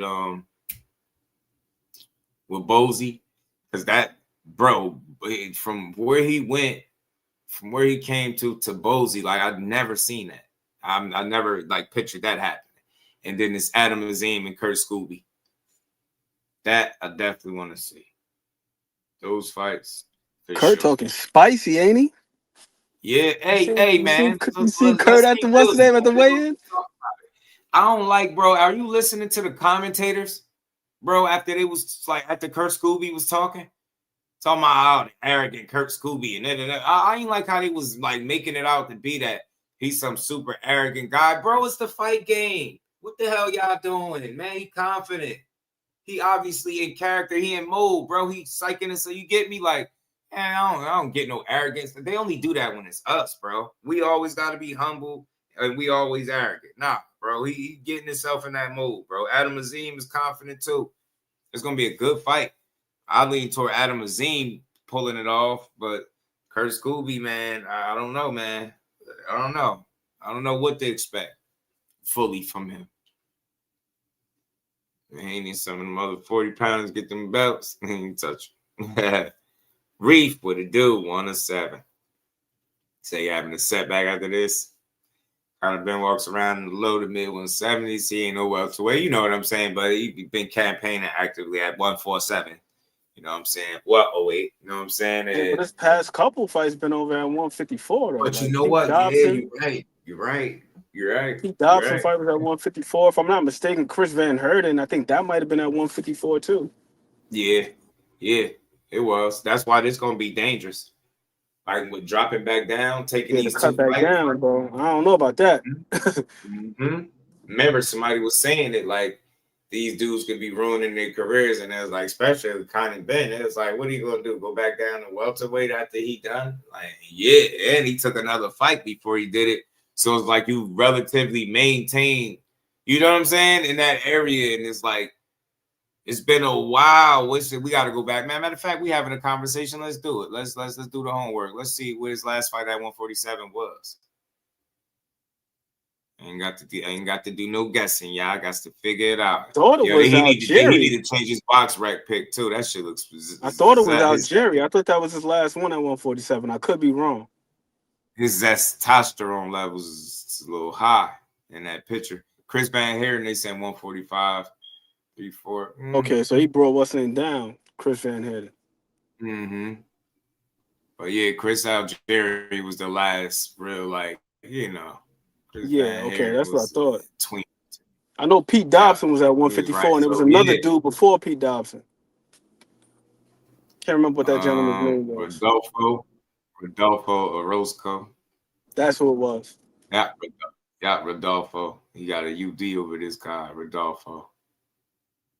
And that's when a lot of the scrutiny started happening. Oh, he off the eggs. He ain't got power like that no more. And people weren't really paying attention to the fact that he had moved up in weight too.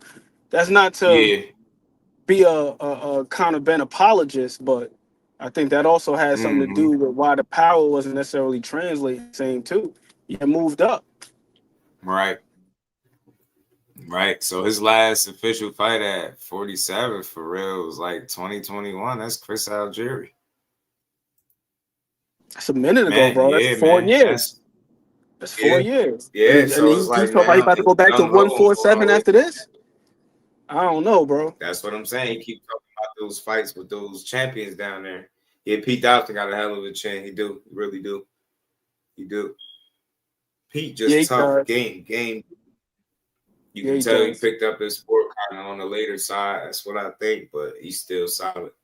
Still a solid fighter, man. Because he took some good shots from Benn. He took some good shots from Jaleel Hackett, too. When they fought, Pete definitely does have a nice chin. He got a nice beard on him. Right. So, yeah, man. It's going to be dangerous for him to do that, go all the way back down to, 147, as he like to say. He'll fight the Mario Barrios, Devin Haney's, Brian Norman's, and those guys. I see you saying all that. We're going to see, because that weight fluctuation could be a career threatener, man. Telling you, that could damage you, you know what I'm saying? We see my guy was jumping around like that. I think that probably did him more damage than his injuries. Kell Brook. Remember, Kell Brook was at 147. We're going to keep that theme going. Then he went up to 160 fight Triple G. Then he came back down to 147. Then he went to 54. Then he came back to 47. Right. Like, he was like all over the place, just fluctuating. You guys think of Jake Paul? And it's not all bad with Jake. Jake daring to be crazy right now with this Anthony Joshua shit. I'm not gonna lie.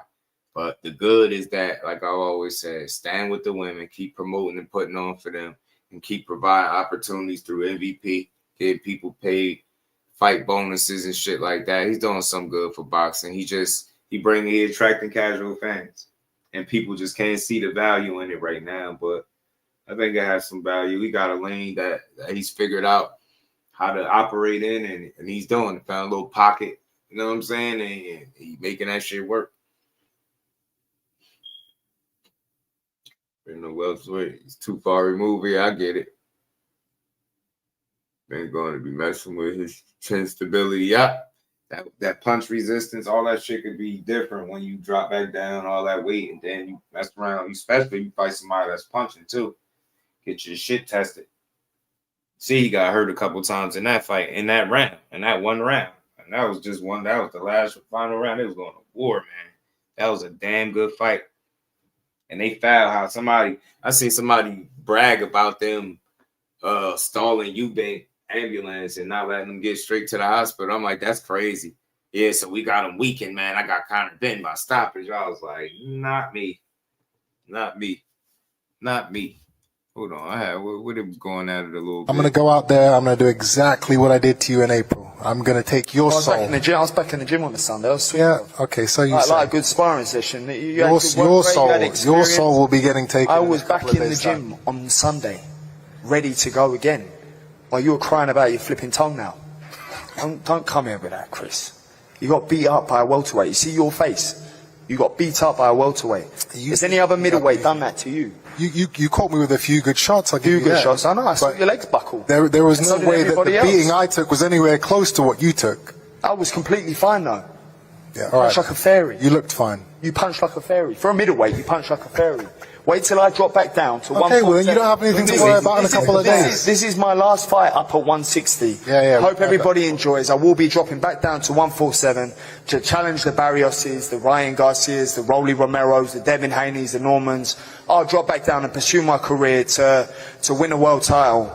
I'm glad I could give you guys this fantasy fight and me showing a pair of bollocks to jump up 2 weights to fight you.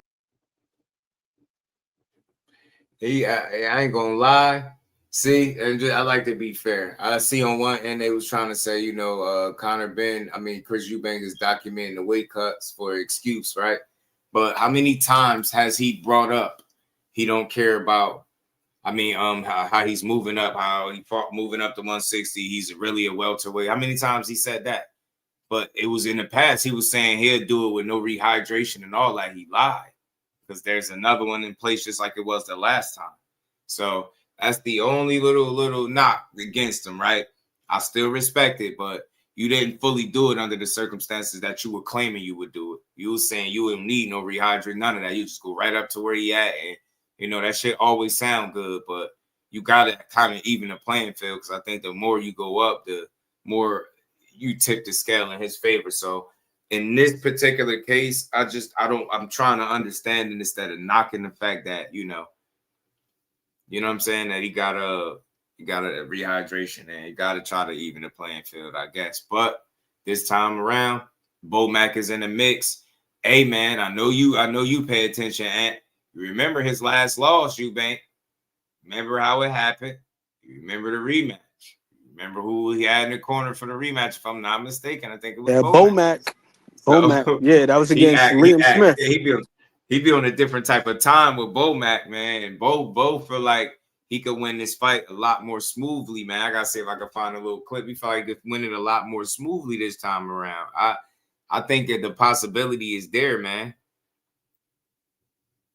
I think so.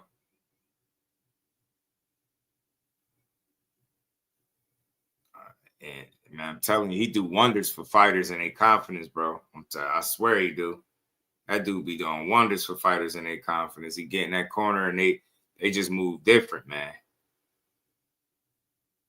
They get to moving different. So It looked ready to go. Despite them weight cuts and the what he went through to make the weight cut, them dudes look ready to go.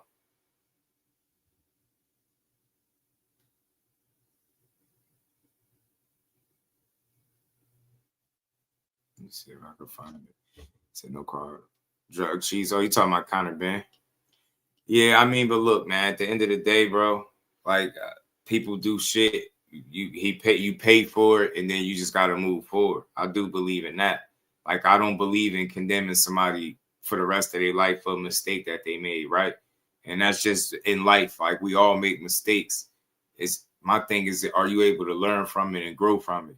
I don't respect nothing about drug cheats, but I can't say that every fight is him cheating. You know what I'm saying? You know, he's cheating now all of a sudden, right? But I could hold him accountable for the time that he got caught and call it for what it is and see if he was able to, like, you know, figure it out life after that failed positive test, right? And I've been saying what he doing, so I respect the moves since the egg situation, right? I'm not that kind of guy. Like, you know what I'm saying? Yeah. They don't know that, Reef. I forgot we were saying. I think Ant McQueen brought that up. I think it was you that mentioned that. Was talking about this, bro. It might have been.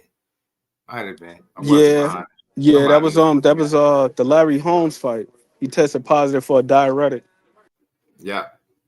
And people don't know that. They don't talk about it. So, and they call him the greatest of all time, and don't know, and they'll argue you down, and they'll be ready to curse you out if they even think, you get what I'm saying, that you you know what I'm saying? If they even think that you questioning that man's greatness, they go at you over it. I'm trying to keep talking about this fight because it is coming up this week. This is the fight this weekend for tomorrow.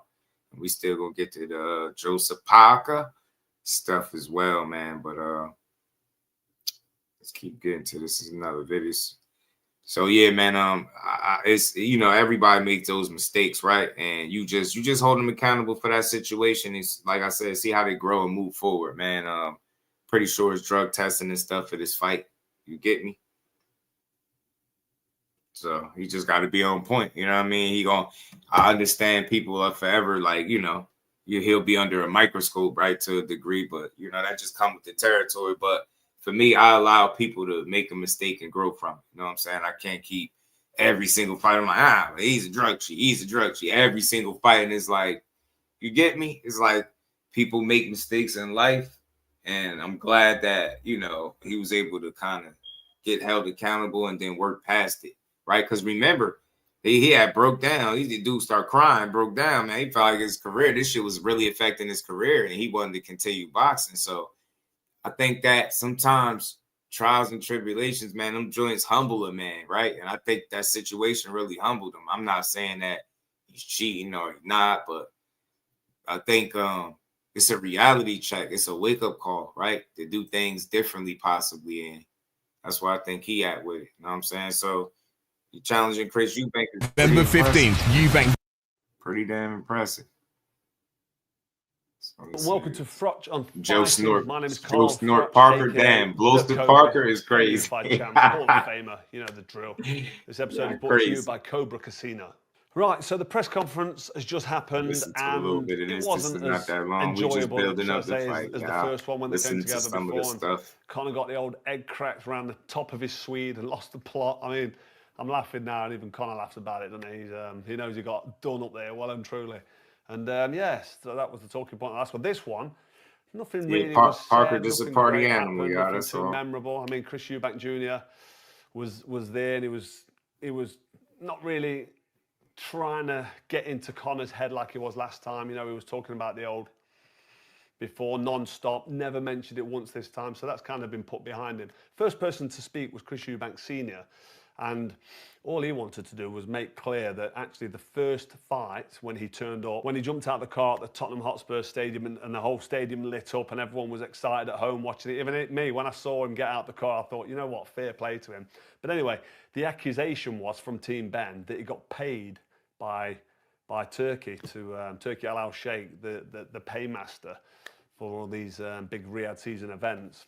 And he just denied that. He just solidified it. Said, look, I was not paid. He did get some good money, though, for these fights. I went there for the safety of my son. I went to support I'll my double son. tap his screen, the And like button. to be fair, Team Ben never tried to elaborate on that or go into that or counter argument it. So that was a little bit of something. You know what Chris is like. He takes his time, which isn't a bad thing. He tries to be articulate, and he sort of overspoke the point he was making for a change. And yeah, straight after that point was made, Benn just said, I don't even know what he was talking about. It just sounded like a load of waffle, but I'm here for my son. I want my son to do the business.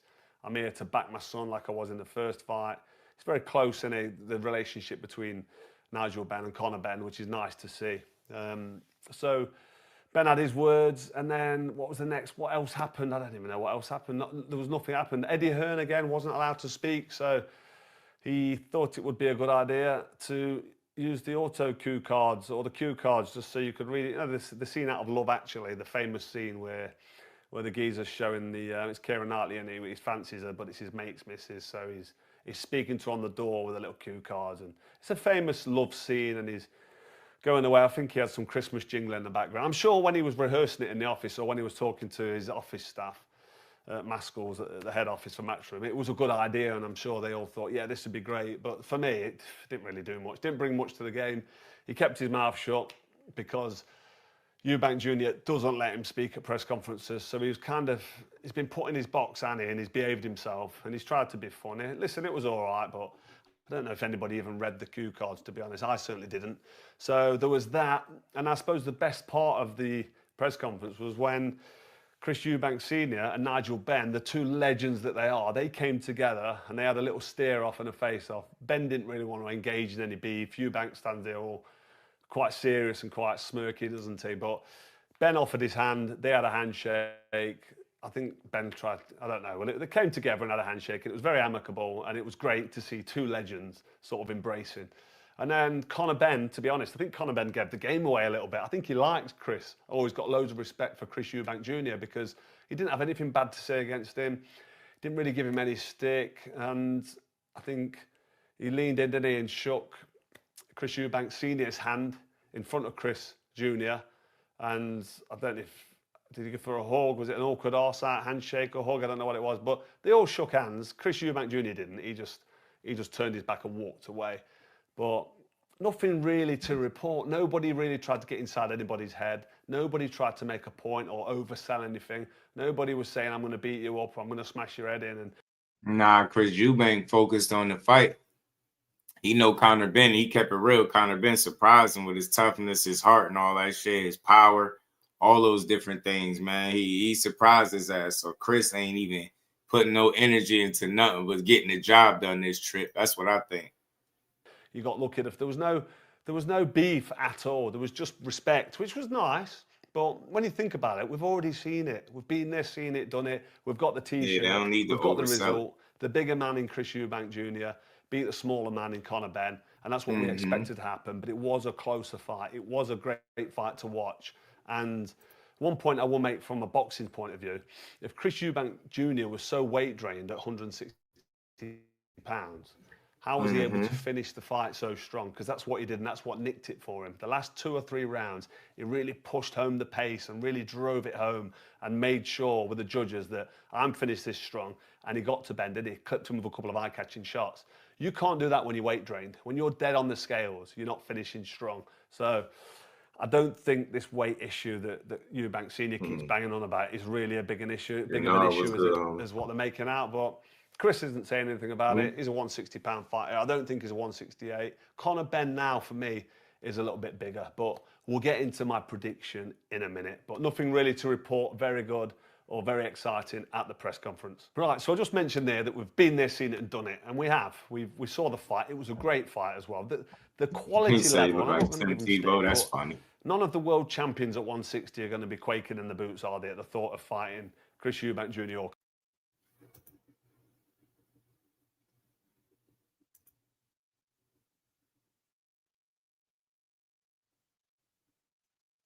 Wanted to hear some. I thought I wanted to hear more from the fighters, but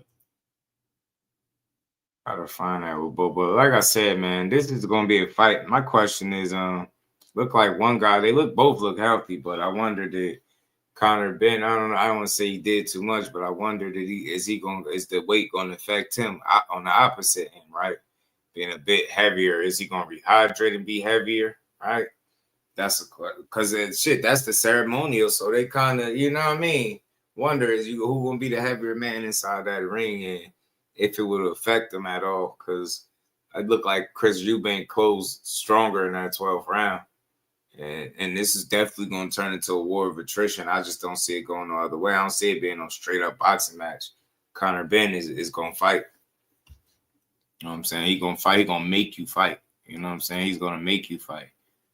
And Chris Eubank is going to oblige him because, you know what I'm saying? They don't know nothing else, right? The dudes is going to push each other to the max. So it's going to be a good say back on them omelets. Now he literally, like, I forgot, where's the damn video of him eating the eggs, bro? Let me see if I can find it. It was funny. It was funny. I'm like, this dude eating eggs, bro. Eating damn eggs, man. Out of all the stuff to be doing, his ass sitting up here talking about eating 10 omelets a day. 10 eggs, something he was saying. Hold on, let me pull it up. It was funny, and I believe it was for this camp, too.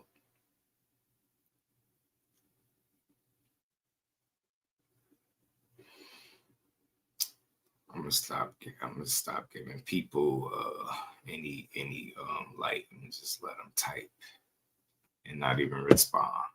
Like I said, man, it's a good fight, man. Real boxing fans like real action. You know what I'm saying? So it's a real fight.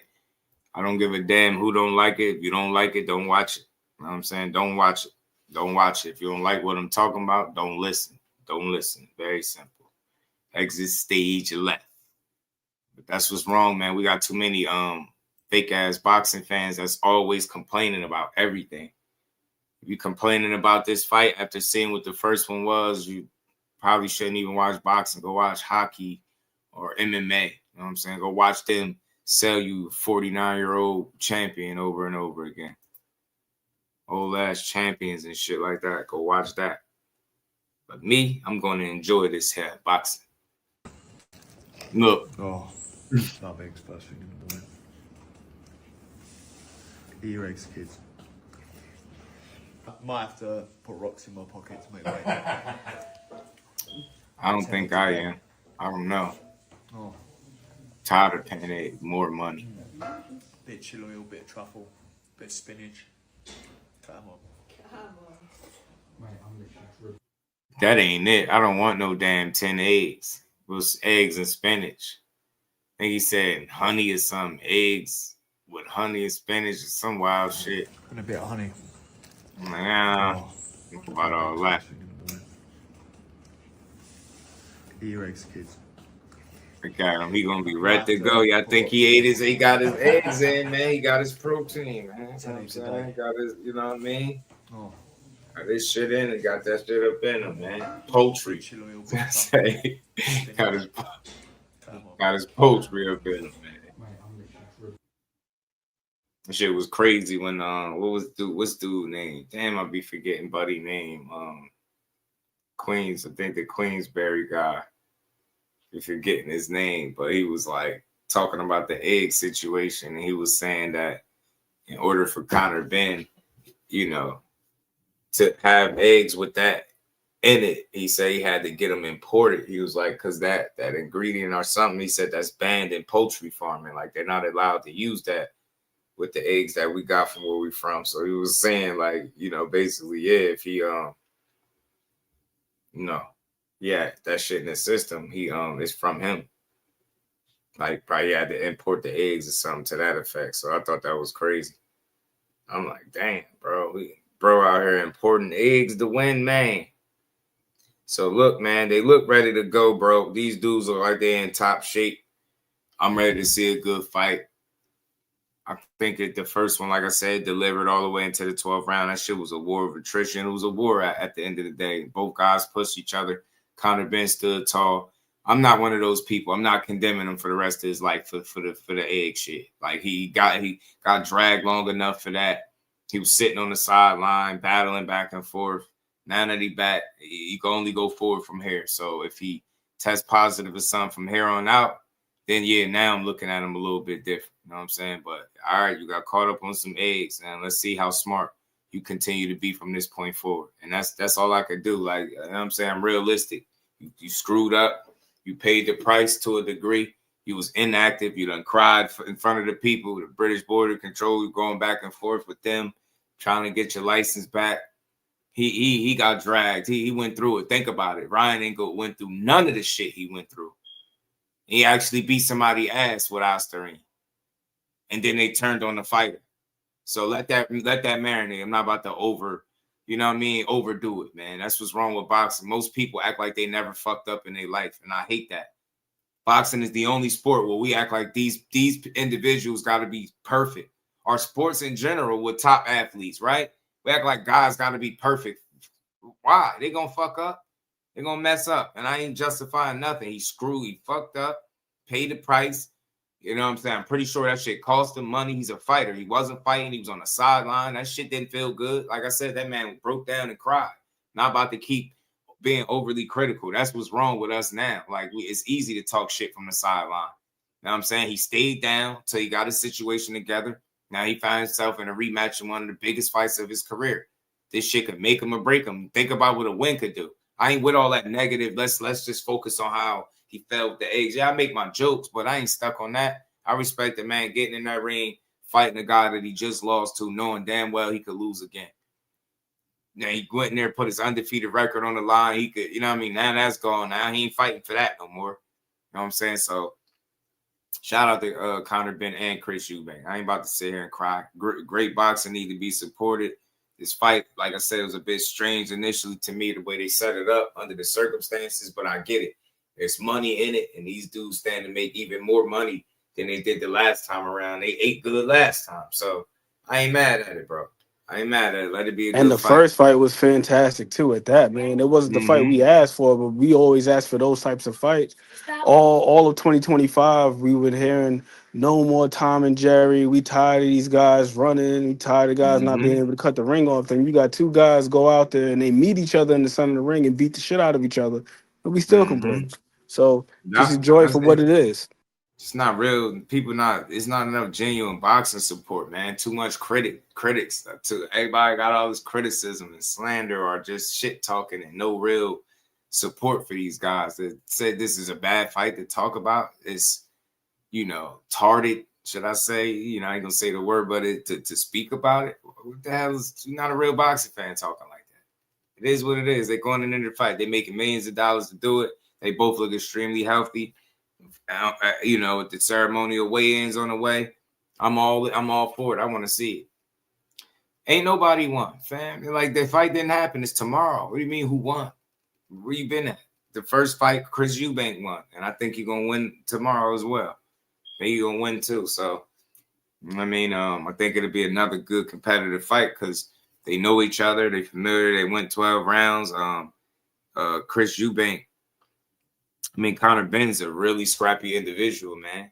You know what I'm saying? He's a scrappy guy, man. Them dudes they're gonna push each other. And the pride and the fathers being there, watching them, like egging them on. You know what I'm saying? Chris Eubank said it too, with his father being there, the first one.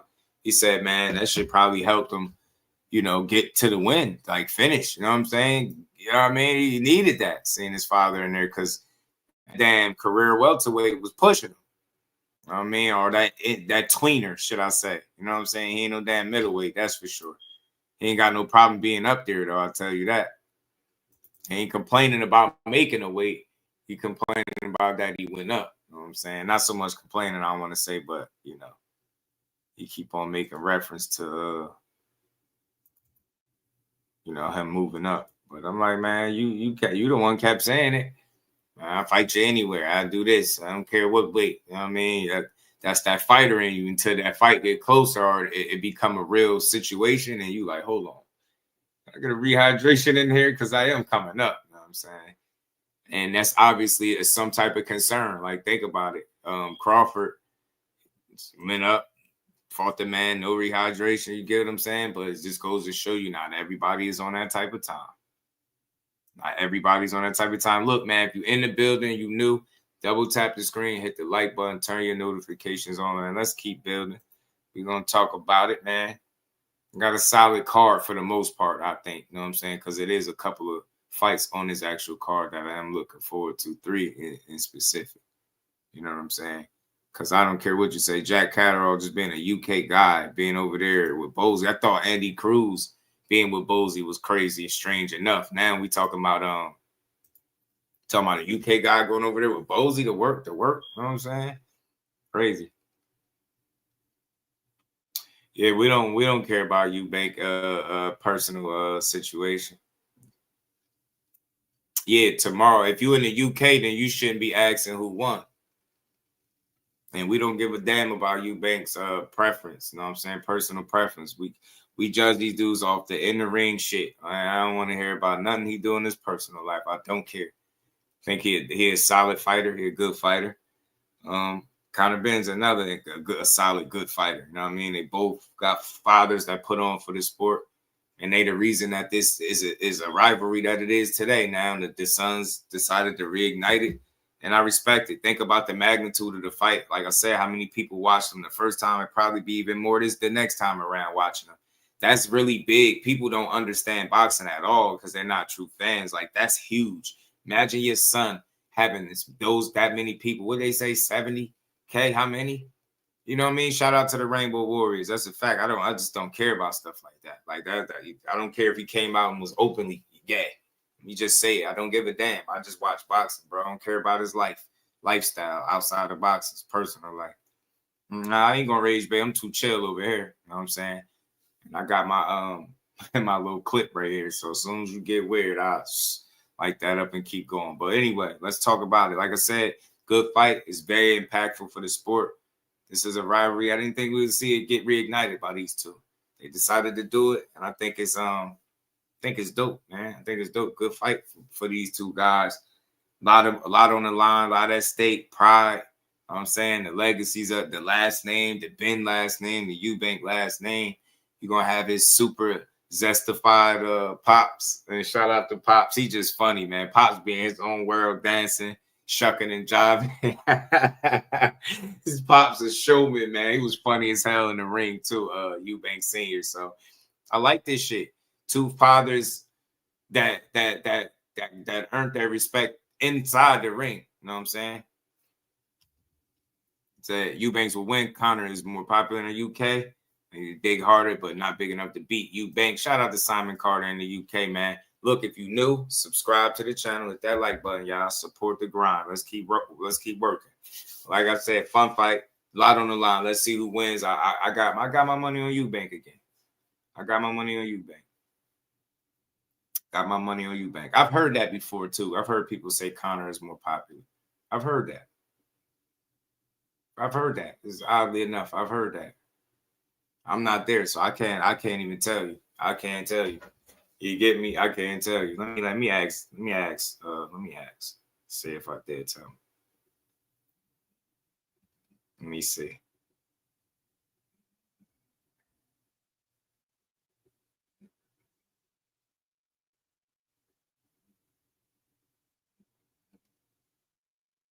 See what they say.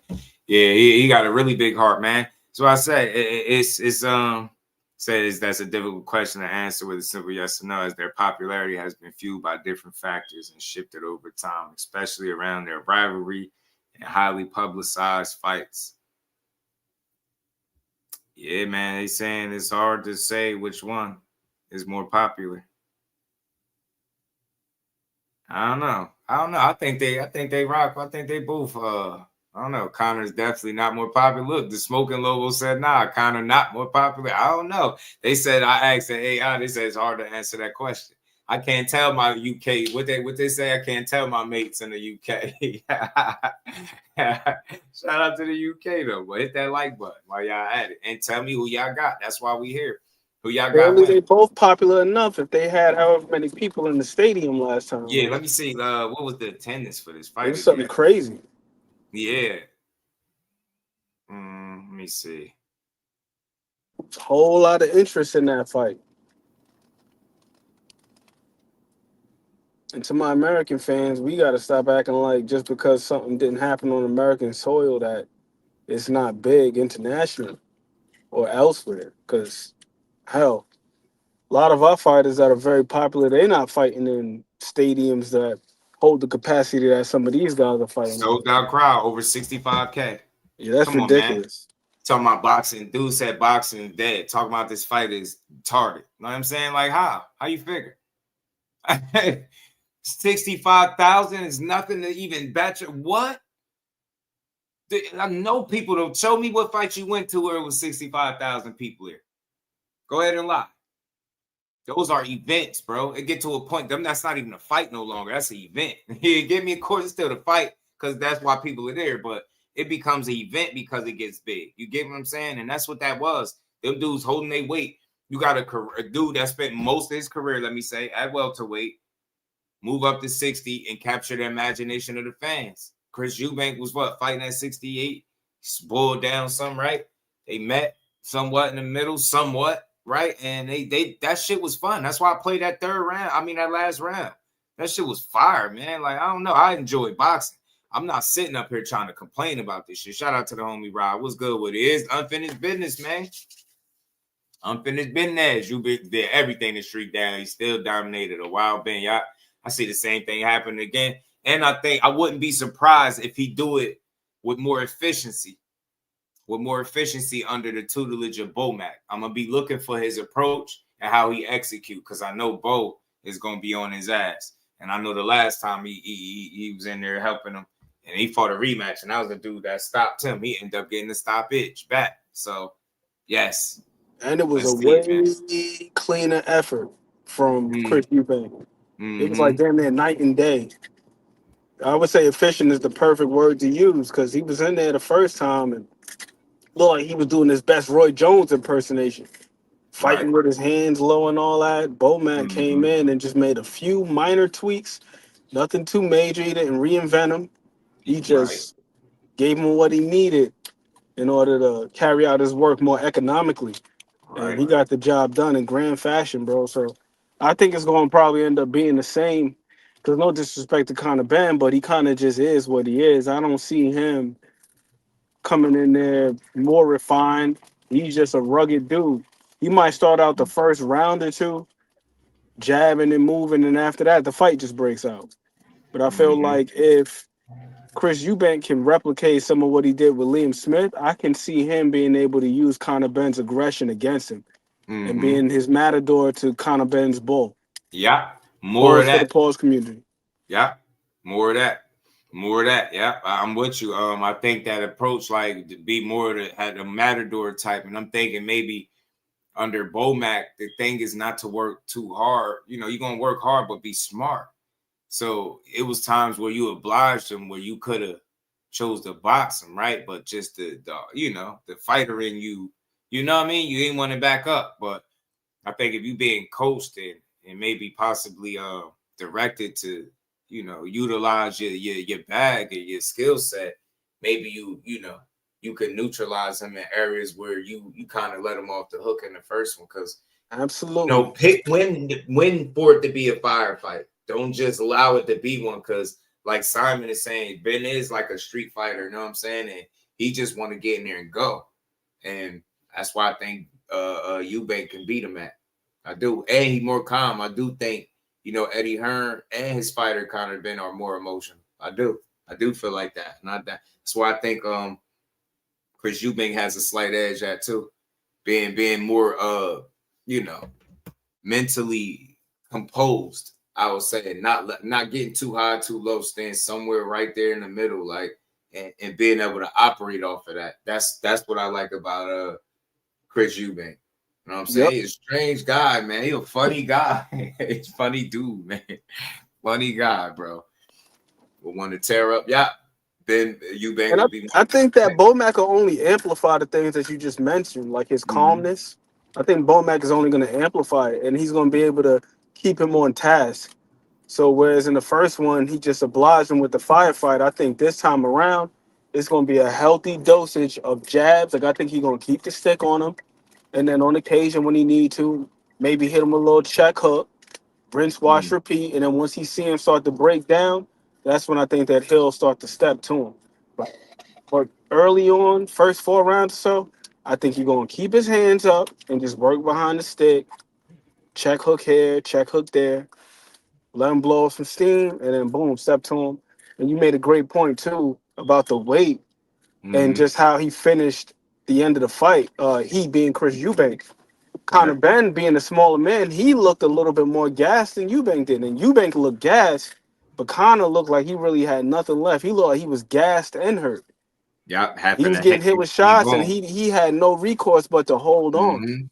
So if he's gonna be even heavier this go round, there is a chance where maybe he got acclimated at 160 and he performs a little bit better. But how sustainable is it? And I think that with Eubank coming in lighter, but actually looking stronger on the scale, there's a good chance that he's able to finish the fight with more vigor. Because Yeah. shit, he barely had anything left in the tank. He didn't really look like he was hurt. He looked spent, but he was still able to dig deep. So if he's got a little bit more in the reserve, especially if he's more efficient, Yeah. I think that's going to serve him well. If he doesn't have to work too hard, if he could work economically, forget about it. Right. I think there's a good chance that he may be able to pull off the stoppage this time. Yeah. Yeah. Yeah, because I think both of them, if they're able to come in a bit better than what they was the last time due to preparation, familiarity, and shit like that, we're looking at another classic for real. And we're looking at another possible toss-up if it goes that way. But I'm wondering if could Bomac be like the little X factor, right? That wasn't present in that first fight in terms of like overall approach and executing and just attention to game plan, right? You know what I'm saying? I want to see how different that is, or if he just ends up being forced to fight because you know what's on the line and who's in front of him. But he's a pretty calm dude in there, composed. Chris Eubank is, even when he attacking back. You know, Conor does it. He fights with so much, you know, anger, right? He's an angry guy, and I like it though. He's violent, but I think that can help you burn a candle at both ends. You know what I'm saying? So I'll just be curious to see how it plays out with both of them looking seemingly somewhat better than they did the first time around. So, you know, you do learn, you continue to learn, you never stop learning, right? So maybe they both did things better that, you know, allowed them to make this weight, be ready for this fight. Yeah, I think they got some similarities to their fathers, but I think, you know what? No slight to neither one of them. I think both of their fathers was better than them. Definitely think Nigel was better than Conor for sure. And matter of fact, shit, no, both of them was. And Eubank But Senior. Nigel was a dog like that too, though, like his son. And they definitely dogs for sure. No, I'm saying like Nigel was like a dog like his son too. Remember, he was the Dark Destroyer. You don't get a name like that without being like a rough, rugged dude. Man, but ultimately, that was somewhat of his undoing when he fought against Eubank Senior, because he was in there trying to dog it out, mess around, and got caught with some hot shit. So, because Eubank Senior stopped Nigel Benn. So that could be one of those things that just works against him, man. Just running hot and just doing too much.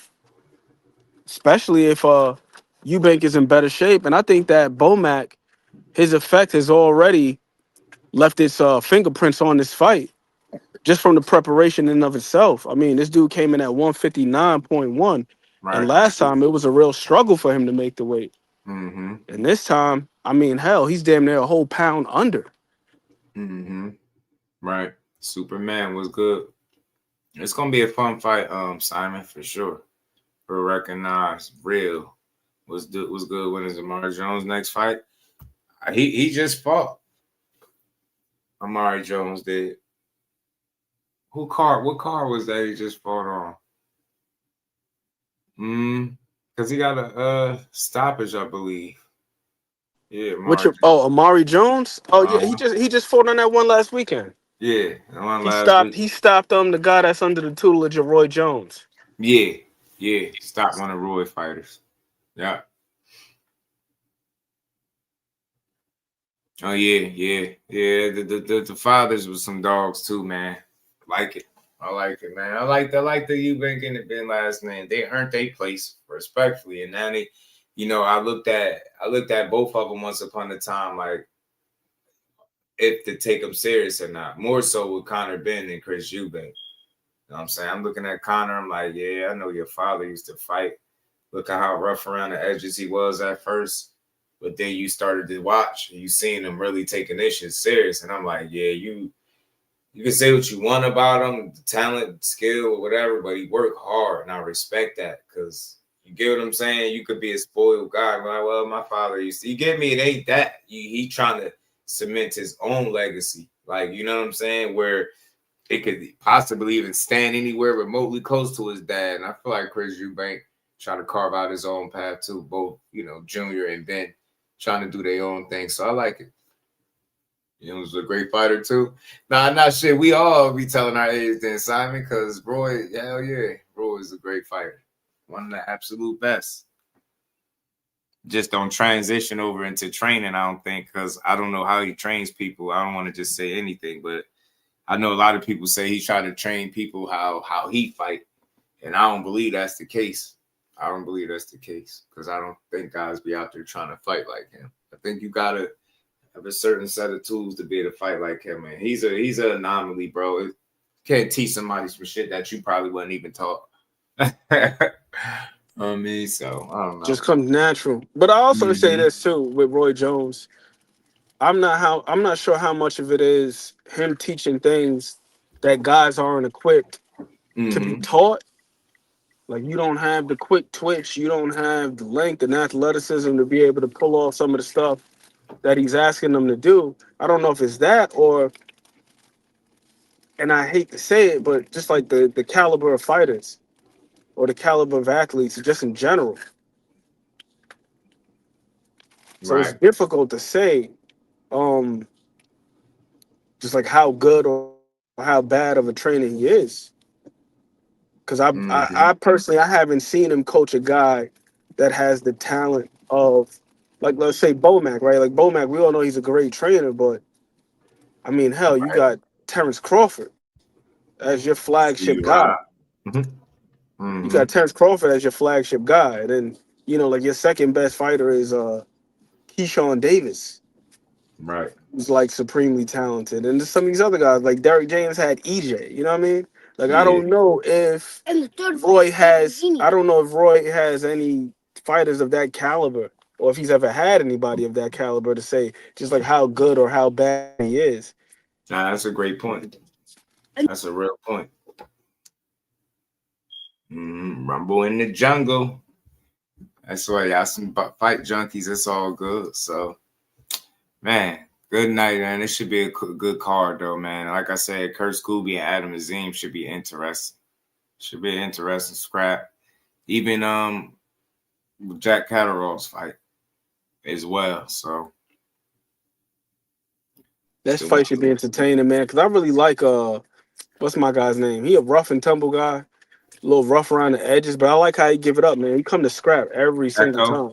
Yes, Echo comes to fight. Yeah, I wanted to make sure I highlight he is definitely scrappy in game for sure. Bro, you gotta be in shape to fight that man.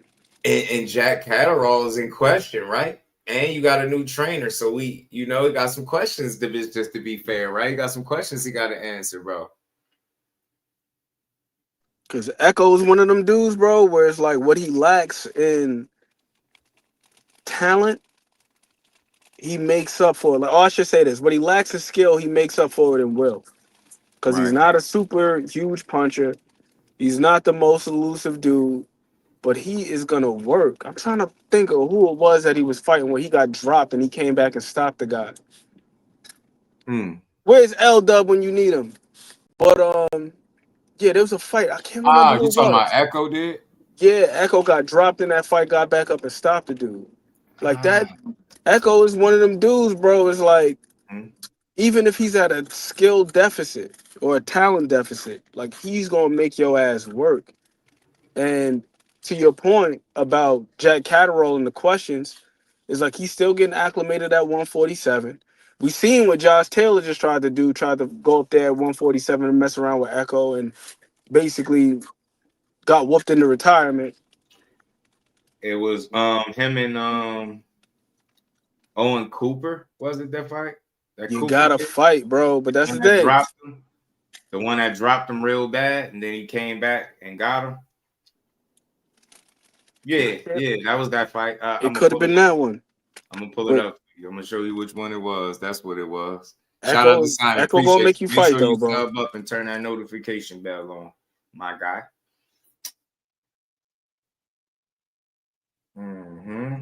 Let's go. Let's get it. Ishmael Davis needs to get back in the win column. I thought he beat Josh Kelly. Yeah, Ishmael Davis is on the card as well. Probably a winnable fight for him. Richard Rekapor, however you say his name is, that might be an all right fight too. Scrap. Shout out to Simon. Appreciate you, fam. Yeah, and was on it, man. Yeah, that's the one where he got dropped pretty damn bad, bro. Had to get up and off the deck, fight back. But that dude, man, he be coming in a different type of shape, man. Oh He's yeah, one of them man. guys, Jack bro. Like Cattle you Raw gotta has be in questioned shape to that. fight. Yeah. Did you see Jack the way he looked on the scale today? I thought he looked a little soft around the midsection, bro. I'm about to say it, bro. Did you think he looked soft? And you just took it out. I said he just looked soft overall. Yeah, I thought he looked soft. I thought he looked a little He soft, feel but like he's a guy at the end of his career. That's what I'm feeling like. When I seen the way he was looking, I was like, yeah, you got that physique, not the young boy. There it is there, right hand. And now Esserman responds, and it's Cooper's backed away to the corner, and Cooper is down. Yeah, blitzed his ass and did him filthy. Blitzed Cooper ass in that corner, man. Did his ass all kind of bad. But yeah, man, he reminded me of a guy that is toward the end of his career. No funny, no shade toward him. I just start feeling like once your body once you stop getting in peak conditioning and shape, then it's like, you looking older now. You looking like it might be time for you to lay it down. Go and hang him up and sit it down, man. Yep, that's how I was looking at my boy Javier Fortuna. Did you see that fight? The Javier Fortuna Speedy Rashidi fight? Man, Javier looked blown up as hell, bro. He got that. He got the I'm ready to retire. I should be hanging it up body. That's what that is. That like I get in good shape, but I don't get in great shape kind of body. That's what that made me feel. And which like doing just enough to make weight, right? But like not like peak condition. You get me, but I ain't go in like I did when I was younger. I ain't kick my ass in the gym like I normally do. And I just don't know, bro. Like I don't know. I don't think that could be good. That can't be good, especially if you got a guy with really good conditioning and you talking about coming in here soft around the midsection. I mean, that shit can't be good. Can't be no good for yourself. So, he got a tough one up. He got a tough one. But I think that's a solid card, man. Solid card. I might call it tomorrow. I might be on her calling it live because the first one was good. I mean, the second one should be even better, possibly. You know what I'm saying? But let's keep rolling, y'all. Let's keep rolling. Let's keep it rolling. Man. So my guy, Mr. Parker, Mr. Joe Parker, man. Oh, man. Tested positive for the stuff. You know what I'm saying? He had some of the stuff in his system. You know, failed drugs, test for cocaine. You know something about cocaine? Oh, man. You know something about cocaine? They said he tested positive. He failed the drug test the day after the fight or something like that. So here's the article here, man. Former world heavyweight champion Joseph Parker is facing a possible ban from boxing after testing positive for cocaine. 33-year-old New Zealander failed a drug test on the day of his fight with Fabio Worley, October 26. Man, this sucks. Parker could receive a 2-year ban, but could also be suspended for as little as 3 months, depending on the circumstances. I could see the 3 months joint because it wasn't a performance enhancement drug. You know what I mean? It's a little party drug, man. He's party. He like to party. And wasn't he? Ain't he connected with some wild people anyway? So this shit don't surprise me, especially because his name was listed recently with some shit, if I'm not mistaken. So if you into that kind of stuff, this just don't surprise me.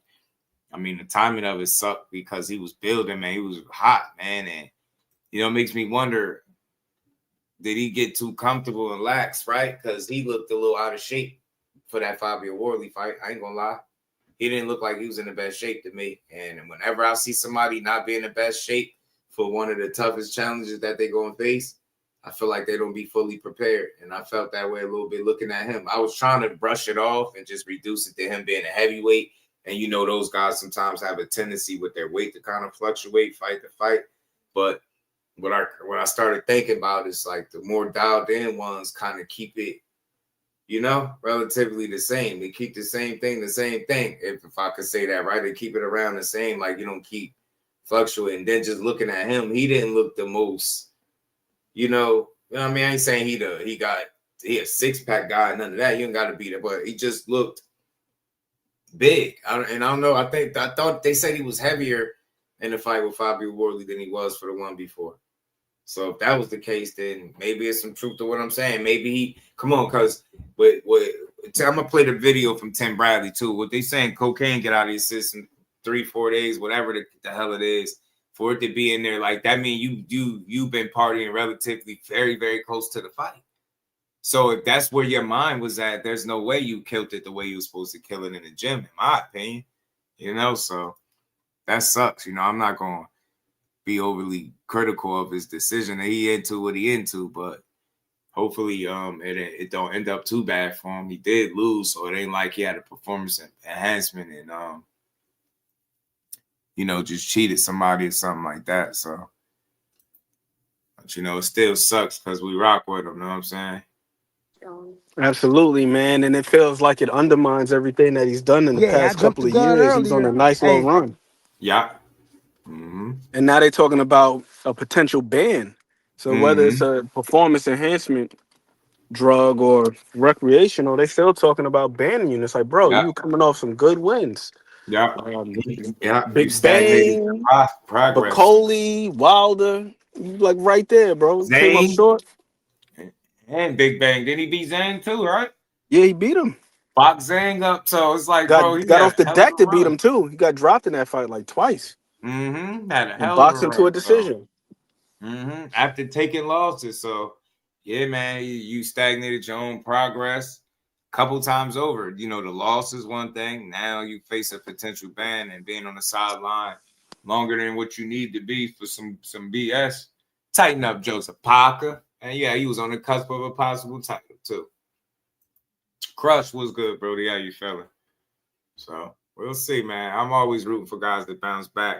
Like I said, it's easy to criticize these guys because their life be under a microscope and they gonna make mistakes. I don't expect none of these dudes to be perfect, man. I ain't saying it's cool to be on coke, but I'm just saying, like, he screwed up. It's always about the bounce back. How do you rebound? How do you learn from the situation?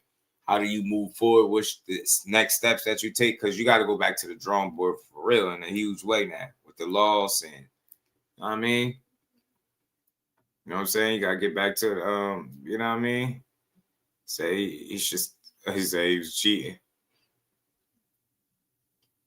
He said on Just Shorts. That's JP be trying to keep me in there, man. Just keep me in the loop. Yeah, man, look, hit that like button, man. Let's get 50 hope he could bounce back mentally too, man, because of the setback. I mean, it's already bad enough you take an L and then to get banned on top of that. You know what I mean? That must be a lot to deal with mentally. So, I'm hoping that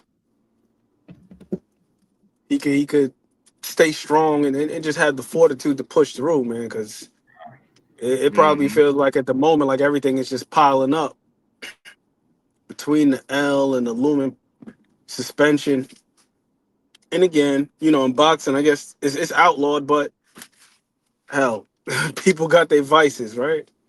People got their vices, so I just hope it doesn't spiral out. You know what I mean? So best wishes to Joseph Parker.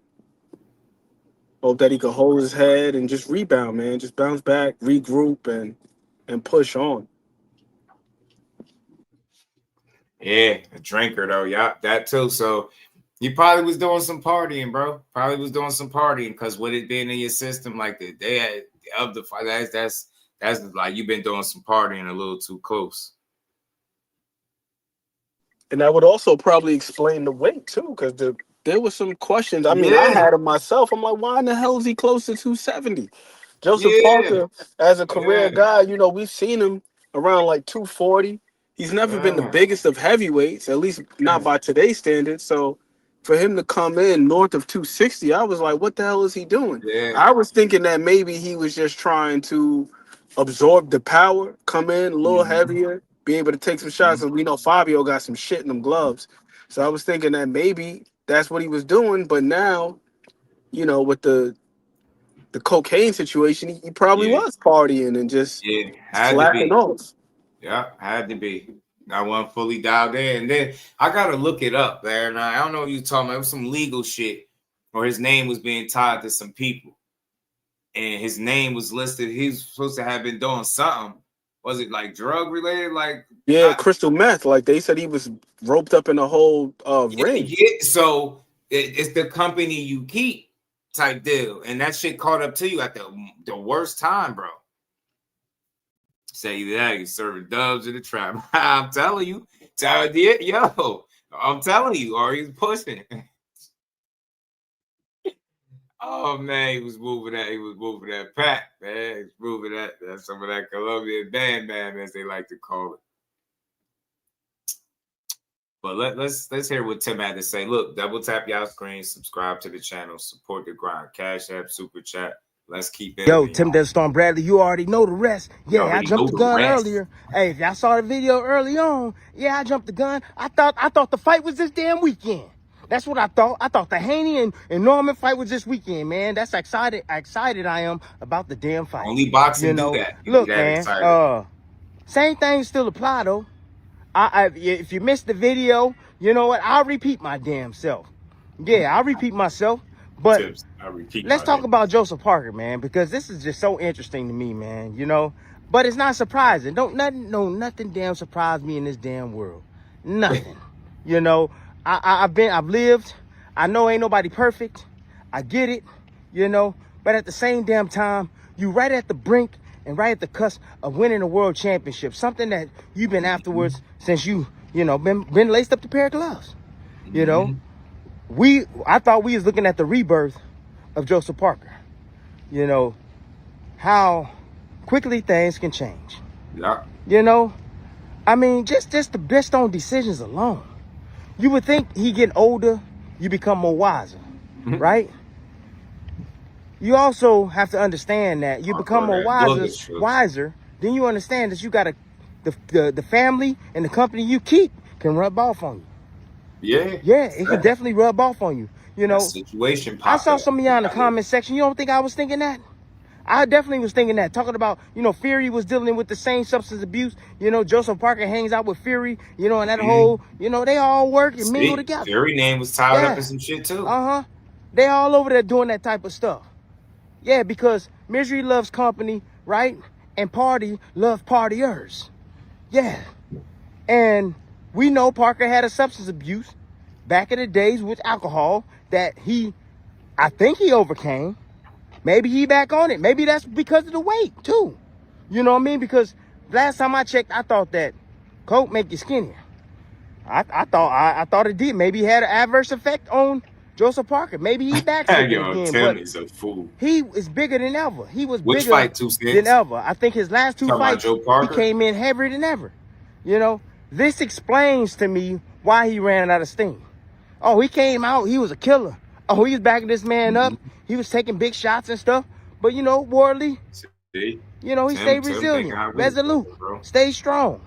And he fought back, right? Made it towards the end and did what he had to do to get Joseph Parker up out of there. But this makes perfect sense, people, because Joseph Parker didn't have the stamina needed. Joseph Parker ran out of gas. Joseph Parker was overweight, hoping that he can catch this man slipping early on and knock him out.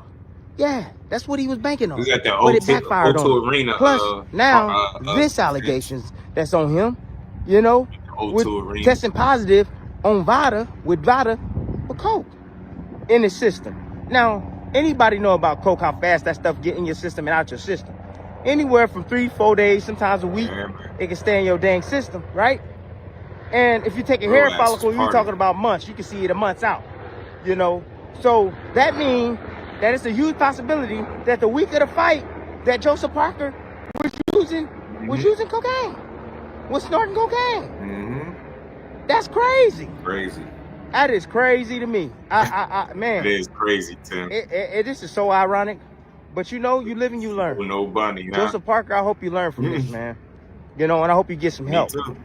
Because you damn them need it. And you need to go ahead and leave that circle that you with, because that circle and did nothing to you but bring you down. Brought you up and threw your behind up off the cliff. But I'll tell you this. You threw yourself off the cliff. They didn't throw you off the cliff. They was there with you. But then you threw yourself up off the damn cliff. Yeah, they said go ahead and jump. That's what they said. Yeah. So that being said, guys, look. I just hope Joseph Parker gets some help. You know, he definitely gonna need it, because this is definitely everybody know your business now. Boys, you gotta keep your nose clean, your eyes open, your nose clean. Oh, that's very important. That's my dad used to tell me all the time. Keep your nose clean, but your eyes always gotta be open. Yeah, can't be like this either, son. Can't be like this. Y'all know what I'm talking about. But anyways, look, and moving forward, man, let me go back to the Haneys. Y'all woke, man, look, I'm always having dreams and stuff, because, you know, I'm anticipating this fight just like you guys are, and I'm like trying to figure out how the fight gonna go. Big ass heads always having dreams, yo. I ain't trying to be funny, but I feel like when you just got that much of a globe sitting on top of your shoulders, gonna have some bitches at night. But last night, man, I woke up early in the morning, around 5 something this morning. Jesus is the Rock. Shout out to G-Rock Blues. You know, the style matchup was on my mind. And, you know, I was watching Haney last night, and I was watching a little bit of Norman last night, and I came to the conclusion that, you know, this fight's going to be an ugly rhythm type of fight. Because when you have a guy that's very tactical, and you have a guy that likes to press forward, you know, sometimes falls in with his shots, that's going to be aggressive, trying to land power shots, you know, 9 times out of 10, there's going to be some entanglements, like physical entanglements, like, you know, grappling, holding, tying up. And you know Haney is known for tying up. It's part of his tactics, part of his skill set. He uses that to the best of his ability, man. You go and watch that Kambosos first fight, and you'll see how many times that man tied that man up. Probably about 60 times in the 12-round fight. Probably about 60 times. Yeah. Ain't no knock on Haney, but that's what it is. So, you know, right along with that Caffeine, yeah, you know, Norman Sr., you're going to definitely have to go get some baby oil. Make sure you send your manager, though. You ain't got to go. Yeah, in Saudi Arabia, man, make sure you send your manager. They're going to look at you weird trying to get that baby oil. Go ahead and get some petroleum jelly. Get some of that, because you're going to have to put some of that under his arms. No, this is real talk. You're going to have to put some of that under his arms, for real. So that way the gloves can slip out, right? So when he grab you or hold you, the gloves can slip out. Yeah, that's a real thing. I used to do that, especially when I knew guys were going to try to tie me up. I put a little bit of Vaseline, petroleum jelly under my arms. Yeah, that's an old school trick. you welcome. You welcome. Anyways, yeah, you see the rain out here. And another thing he going to have to use, man, he going to have to definitely get, besides that, he going to definitely have to get, you know, maybe even the jaws of life. Yeah, because the referee going to have to be strong as hell trying to pry Devin away from him, from Norman. Bro said the jaws of life. You know, you know, troll, bro. Devin Haney do whatever it takes to win. He'll grab you and hold you for dear life. You know, we're going to have to get the jaws of life and maybe even some spike strips. Yeah, we're going to have to pop them tires. Yeah, you know what the spike strips are, right? That body work, Norman Sr., Norman Jr., that body work. Yeah, forget the head. Kill the body. Kill the body. Watch that uppercut. You know that's exposed when you're going down to the body. But kill that damn body. Yeah, YouTube. You know, some of you guys are saying, man, Tim, you want Haney to lose so bad. Here, look, I like Norman Jr. I like Norman Jr. You know, Haney ain't never done nothing to me. No, he ain't never done nothing to me, but I like Norman Jr. That's just what it is. And it had nothing to do with no damn top rank. It had nothing to do with no damn top rank. I just like Norman Jr. That's it. I think Norman Jr. is great for the sport. You know, when you listen to him talk, how intelligent he is, right? How country he is. I miss that. You remember Roy back in the days? Yeah, he reminded me of Roy back in the days with that confidence and that swag. I ain't gonna hold you. I love some Norman Jr. Yeah, Senior, you know I can't stand your ass. I can't stand you. Ooh, no, hell no. But I ain't gonna lie, you did get a little bit better though. You got a lot better, bro. Yeah, you calmed the hell down. But yeah, I don't like you. You know that. You don't like me. And you know, Mr. Haney, you already know. You already know. I called you Mr. Haney. So that means that I respect you, right? Mr. Haney, yeah, that means I respect you, right? But I still don't like your ass either. Yeah, I still don't like you either. But your son, I ain't got nothing to him. I just think he gonna lose. That's just what it is. And so the fans out there, the Haney fans, you know what I'm saying, the Norman fans out there, hey, I'm picking who I'm picking because that's just what it is. It ain't got nothing to do with no damn top rank. I've gone against top ranked fighters all the time. I went for Haney when he fought against Lomachenko. For Haney. Yeah, I understand that Haney was somewhat part of, you know, top rank. But that was his last fight on his contract. Dude, I don't pick fighters according to who I'm affiliated with. Yeah. It's called boxing.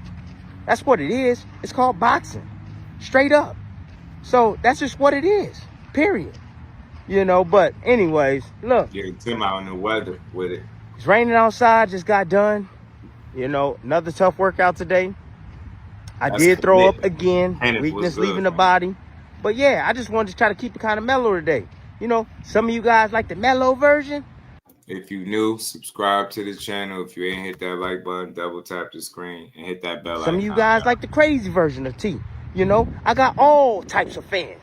But, you know, one more thing before I'm out.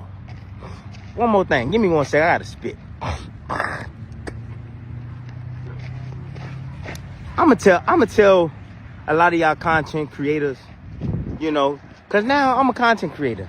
I just wanna let y'all know something. I don't get rich off of YouTube, right? I don't need YouTube.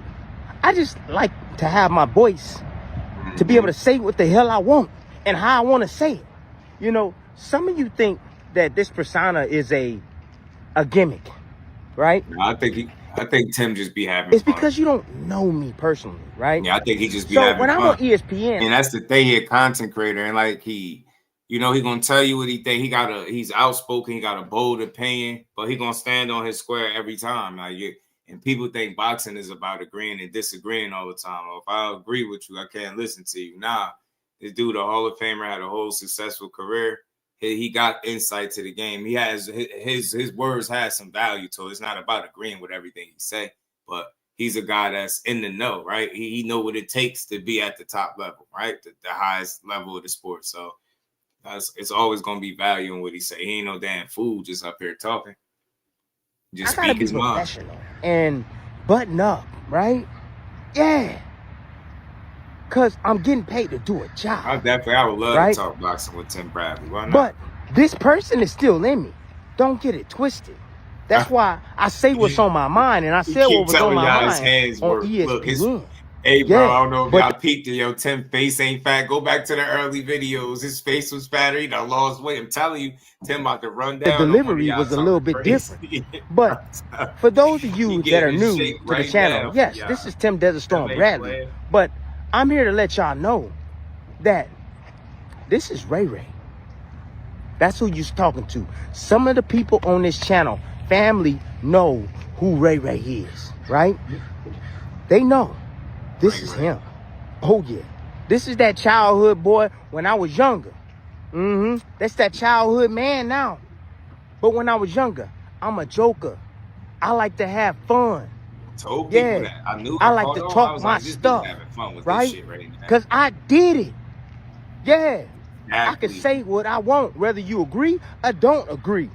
You know what I'm saying? Because a lot of y'all that's talking and saying what you want to say, you ain't done a damn thing in the sport. See? That's Period. why I have respect for the sport, because I don't care if you've been covering it.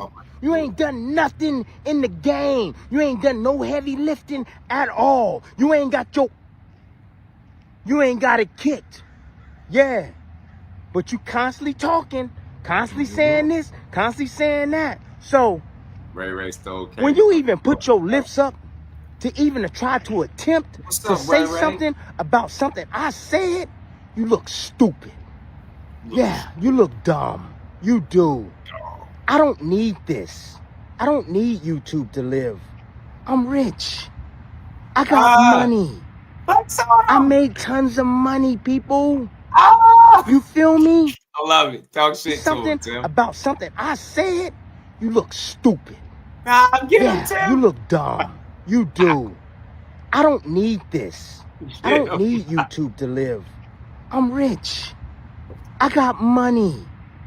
Hey y'all, I just want y'all to know that's Tim Bradley. Don't think I ain't Tim Bradley. I make tons of money, people. You feel me? I got houses, renters, businesses. Like, this is fun for me. Yeah. That's what this is. All fun. I see that a lot of fans that come here, my stormtroopers, you know who you are, my real stormtroopers, right? Man, the ones that's been here from day one. My day one. Y'all know what time it is, man. Y'all understand the breed now. Y'all understand me now, man. A lot of y'all was turned off of me on ESPN, but y'all now understand me. Yup. Now. So, with that being said, renters, businesses. If you need to talk about me on your channel to get views, be my guest. Be my guest. Because I'll tell you this, I'm not talking about you. There's a couple of names that I might throw out there, you know what I'm saying, because I like their channel. But other than that, I don't need you or anybody else to get views. I just be me. Anyways, that's my time. Tim Does the Storm Bradley. You already know the rest. And if you don't know the rest, let me tell you the rest. Boxing Hall of Famer. I love it. I can see. That's what I'm saying. Yo, people just be mad for no reason. I look at all this stuff as entertainment. It's supposed to be fun. You get some good insight. Some stuff you could agree with, but I'm not a big agree and disagree guy. I just like to hear the game, man. And this is coming from somebody that is a Hall of Famer, and he's rich, and y'all already know the rest. And I love it, yo. I love it. I love the content creator, Tim. Keep making content, keep making videos. I'm glad he's doing it. And y'all see that I've been like following his channel. Y'all see I drop comments and make sure I hit the like button over there too. And he'll comment back. He'll say stuff back as well. He'll chop it up with you a little bit. You know what I mean? So shout out to Tim Bradley, man. I like it. I definitely like to talk boxing with somebody that's done it before, man. He know the game, man. He know the game.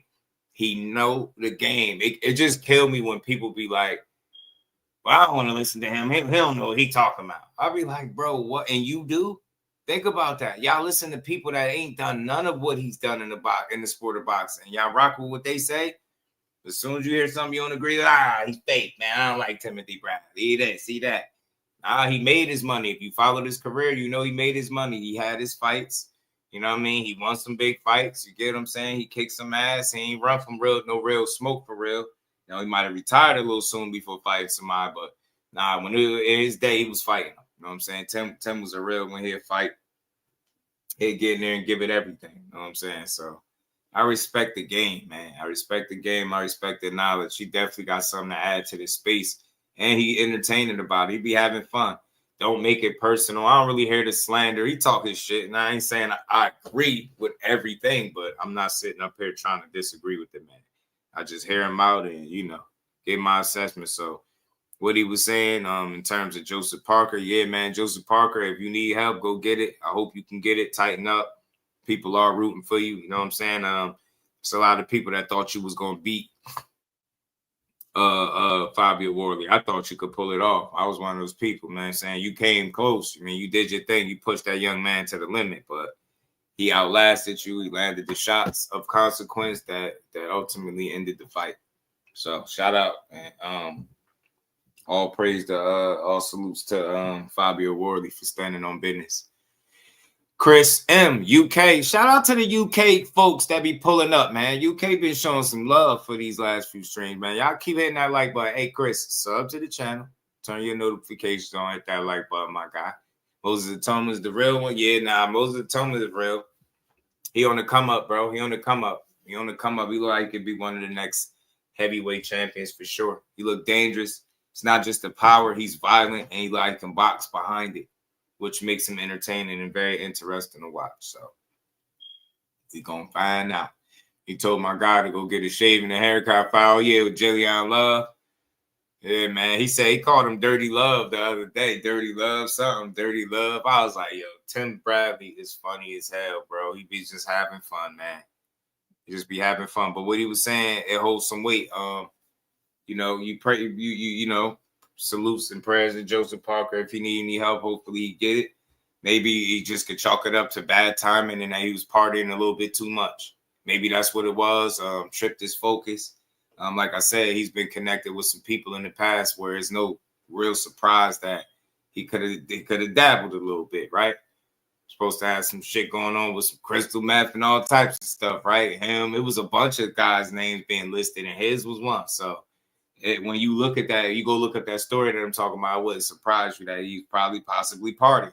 Maybe he was stressed. You know what I'm saying? It's probably stressful to do what he do. You know what I'm saying? He tried to have something to take the edge off, and he partied a little bit too close to the fight. You know what I mean? But nonetheless, he facing a ban. They set up to 2 years or 3 months, depending on the circumstances. I don't see a 2-year ban for the cocaine. David Benavidez didn't get that. Shout out to him. I don't think they're going to, you know, ban him that long, but it's definitely a little setback on top of the loss. And, you know, I think he can bounce back, though. I don't know if he'll be heavyweight champion again, but he still could probably come back and win some fights.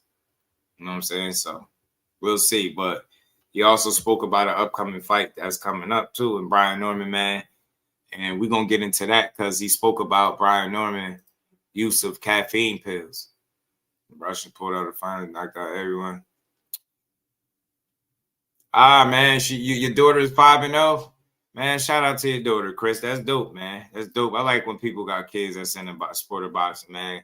Shout out to your daughter, man. Congrats to her at 5-0, man. That's dope, man. It really is. But yeah, Tim, you know, he don't bite his tongue on nothing. He was talking about, it was some talk about, you know, Norman Jr. With some type of caffeine pills or some crap. So we're gonna talk about it. We're gonna get to it. I got to pull this up. It's another little short video from Desert Storm, and you already know the rest. As we wrap up, shout out to everybody. Make sure y'all do hit that like button, man. It's sad we got 50 likes. We should have 100 likes easy in here, man.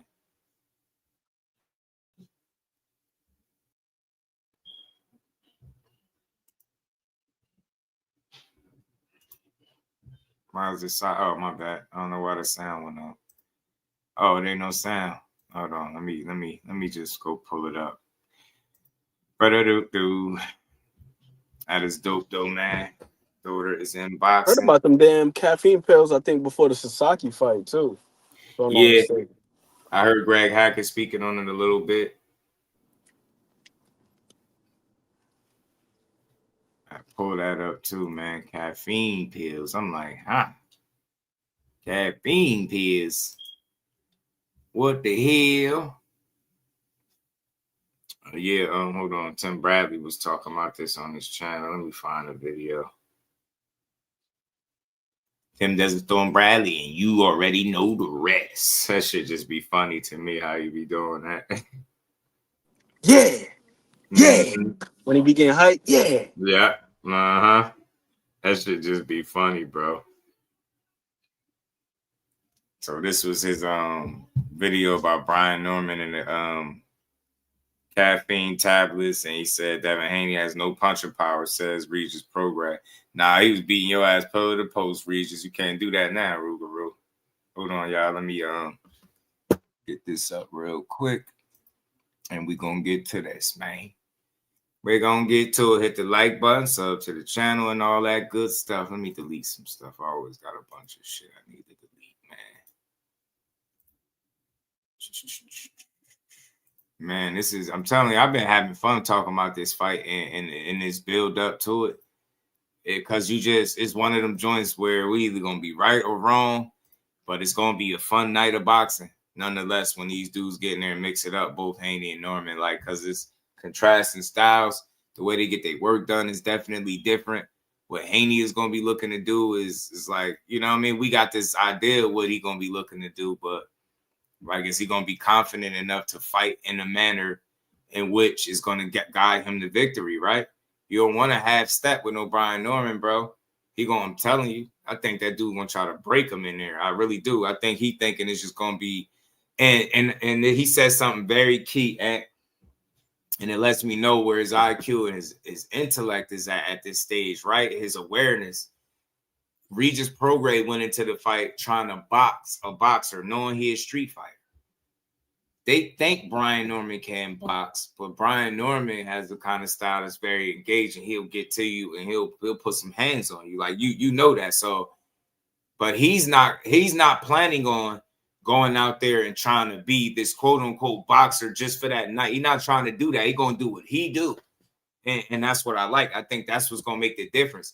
He's not making that mistake that the Rougarou made, respectfully trying to go out there and be a boxer, become a boxer all on the night. I think that was stupid. We all felt like, and his trainer didn't help him none at all either. I heard his trainer is not that good of a trainer either, so that shit didn't do him no good. So again, that's the difference between the two. Brian Norman is going to do, I believe, what's best for him and not what's best for Devin Haney. So all that saying the guy don't have power but was punching on you and could have stopped you if he pressed it, you got a hard time selling me that. You got U.S. tickets for Ben. Oh yeah, you got y'all tickets for Ben Eubank 1. So then tomorrow night, man, that's dope, bro. Shout out to Chris, man. Yeah, you and your baby girl enjoy the show because that's gonna be a good one. That had over 65,000 in attendance. Reason say he get all balanced when he's shadow boxing on Mill City in the past. Getting all balanced while shadow boxing is crazy. Jordan, I ain't gonna lie. He missed that ESPN paycheck. Probably was good, but you heard what he said. He rich, man. He got that bread.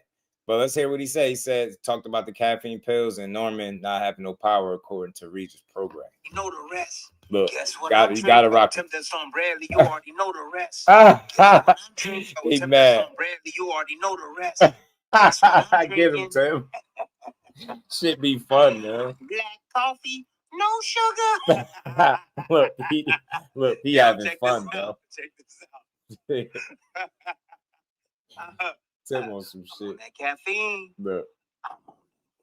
I see. How could you be mad at this dude? Performance enhancer. The damn show. But it's legal though. He said performance enhancer. I see some of y'all, man, in the comment section talking about something that Brian Norman Sr. said. You know what I'm saying? Shit.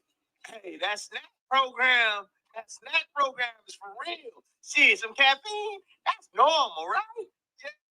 Hey, snack is cool too. But I'm telling you, snack have your body looking crazy. Boy, you see Devin, how his body looks. Devin look shit, I'm trying to tell shredded, you, bro. He look veiny, legs, veins all over the place. Like this dude, man, that shit ain't gonna mean nothing. For my son now. I'm just letting y'all know. I ain't making no assumption, but I'm just saying the shit works. Oh, it works. Oh, yeah. So does this caffeine, if the caffeine guys, Norman Jr. knocking fools out like that, shoot, keep doing that caffeine, man. It's legal, people. Hey, somebody was like, hey, Tim, man, what your thoughts about the caffeine tablets he taking? Shit, hey, if his body like that caffeine, like my body like the caffeine, it's my second cup today. Yeah, 4 shots. Oh, I'm always on that caffeine. Performance enhancement. Yo, this man is an asshole. When I'm tired, groggy, I wake up in the morning time and I'm like, let me get my coffee. PED. So I get that coffee by my damn lips. I'm like, hell yeah. What's up, big dog? I'm like, look, he out here greeting the neighbors and shit in the neighborhood. Tim just having too much fun. That's why I say, man, it depends. When you come into boxing, a lot of people come into boxing with all this attitude and aggression. You don't got you're not competing. You're talking about it. So let's just chill and enjoy it. That's what he out there greeting the folks. He got his second cup, putting it up, straight black coffee. It's for serial killers, by the way. Like, you gotta be like serial, like they just drink straight black coffee. Like, that's Hey, let me hide my gloves because I had some straight black coffee today. he did. Oh man, Ant looked like he could have caught a couple in his day quietly. Just why you think I'm sitting? Why you think I'm sitting there watching the damn Boots Via fight, counting jabs and shit, writing it down? That black coffee. Yo, that performance enhancement, man. That PED. Reflexes on point and everything. Look, Tim That's saying what it too. happens Look, with Norman Jr. with those tablets. Yes, it helps with alertness. You know what I'm saying? It's a stimulus. It's gonna stimulate your mind. Yeah, in a good way. stimulate your mind, Stimulate your body Craig. in a good way. Reflex is gonna be on point. That's what it do. Yeah, all athletes drink caffeine before they go and perform. Baseball players, shoot, from Yeah, I like Tim. I like when I can catch his live stream. caffeine been a huge part of sports and everyday damn life. You know what I'm saying? Ain't no shame in drinking some damn caffeine. Plain and simple. You know what I'm saying? Hey, did y'all see that interview on another note? Did y'all see that interview with Regis Prograis? Did y'all see that? I had to look at the whole damn interview, you know, because Nah, Chris, y'all about to get worked over, I believe. I think Benavidez is about to put belt to his ass. I'm not just reading the headlines now. I'm actually looking at the whole damn videos now. Yeah, it's on Fight Hype. You know, shout out to Fight Hype, Ben, you know, my guy Jeff, you know what I'm saying? Everybody from Fight Hype. I appreciate y'all, man, for real supporting your boy TB. But yeah, look, check this out. Did you see what he said? Mm-hmm. Yeah, how you gonna lose every damn round and get dropped and say the man ain't got no power? Yeah, he didn't say that right after the fight. He said he got power. He ain't got no power. No, you ain't got no damn chin. That's what it is. You ain't got no chin, my boy. You ain't got no damn chin. He on Regis' helmet. You know what I'm saying? Look. They got people over here telling me I gotta be quiet. Look. What's up, coach? What's good with it, coach? Look, Tim out here, Tim out of the community, man. Number love, baby. He having fun, yeah, man. I'm out here. You know why I'm at. I'm at the soccer field. Yeah, I'm trying to get my girls playing. They want to play at Stanford. Yeah, that's what they want to play. Yeah, I'm telling you. I got one, my little one, Leia. I got her. She playing for the number 2 team in the country. Yeah, the number 2 team in the country. Flex on him. See, he a parent and all that, man. I relate to Tim Bradley. Shit, got that Mayan blood. My wife ain't Mexican. Ain't nothing wrong with Mexican. I love them a little, you know, the Mexicans. So, you know what I'm saying? I'm just letting y'all know. But my wife from Guatemala. She Guatemalan.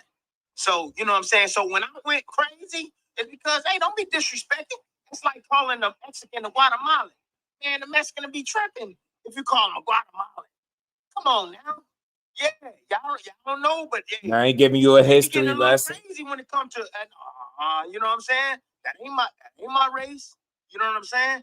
But Hispanic, yes, she's Hispanic for damn sure. But anyways, yeah. Well, I'm all out of breath. I don't know what else to say. You know, I just think it was funny to hear this man is a fool. Devin Haney ain't got no power. Said I'm all out of breath. I don't know what else to say. Power slapped in. Boy, you ain't got no chin. That's what it is. That's all it is. I guess you ain't got no chin. And Haney, he ain't got no damn power. Hey, look, it's all about precision, placement, precision. Yeah, that got good punch placement on his shots when he laser focused, man. Don't see is the one that hurt you the most. I tell y'all that. So when you hear that somebody ain't got no damn power, oh shit. No, you got to go in there and test it yourself. Yeah. Because you run up in there and think they ain't got no smoke for you, right? Mm-hmm. And think you can walk through it. Mm-hmm. And then you mess around and find it hell out. Yeah, that's what happens. That's what happens. So look, respect any opponent you get in the ring with. Respect any man with 2 hands. You know what I'm saying? 2 feet, right? And that's in there to try to hurt you. Hey, boxing 1-on-1, right? Don't never judge a book by its cover. That's another principle. would do that. Yeah, I remember I did that shoot. And 2 rounds in, got my rib broken. Yeah, had this little curly hair, Hispanic dude, kind of box like this, flex with his hands like this. Oh, I was like, in the weigh-ins, I was like, oh, he finna get roasted. Oh, I'm finna roast this boy. Man, got in there, man, shoot. That boy was no joke. His name was Miguel Vasquez. That's who it was. Became world champion at 135. Yeah, scrawny little dude with curly hair. You know what I'm saying? Look soft as hell. Didn't even know how to flex. He flexing his arm like this, arm all crooked and stuff. And I'm looking at him like, I'm about to smash. Man, that was one of the hardest fights of my damn career. Anyways, that's my time. I'm Tim Desert Storm Bradley, and you already know the damn rest. You gotta love that shit, bro. That's fucking funny, bro. Tim be just having fun with this shit. Yeah, I can't wait to see what the game plan is gonna be too, Jordan. And Dave Benavidez, I don't think his power is what need to be in question. I just think anytime you move up a weight class, it could be an acclimation process to where you start really seeing some high power. It could be the level of competition. Or it could be that this guy was never no big super puncher anyway, but he's definitely a monster. He a beast. I don't recommend standing in front of that man. And yeah, Canelo wouldn't fight him because he's just too big of a body. You know what I'm saying? I think for Canelo. Last couple videos I'm gonna play, man. What you about to say, Ant? I was about to say with David Benavidez, you also got to take into consideration his hands. His hands was all messed up. Yeah. Like, did you see the way his hands look after the Vasek fight? Yeah, he showed it. Gross.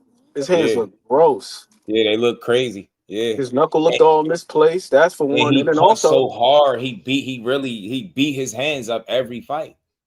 That dude is a dog, man. Like he really put everything into it. Vasek is sturdy as hell. He done took Beterbiev 10 rounds. Mm-hmm. Took him quite a while to be able to get that guy up out of it, and that's the only guy to stop him. And then Morrell's another dude. Morrell had never been down before. Even at 175, that first fight against Hot Rod, and Hot Rod is a damn good fighter in his own right. Yeah. He wasn't really able to put a dent in Morrell like that. He was able to stop him a bit. Yeah. So, my bad.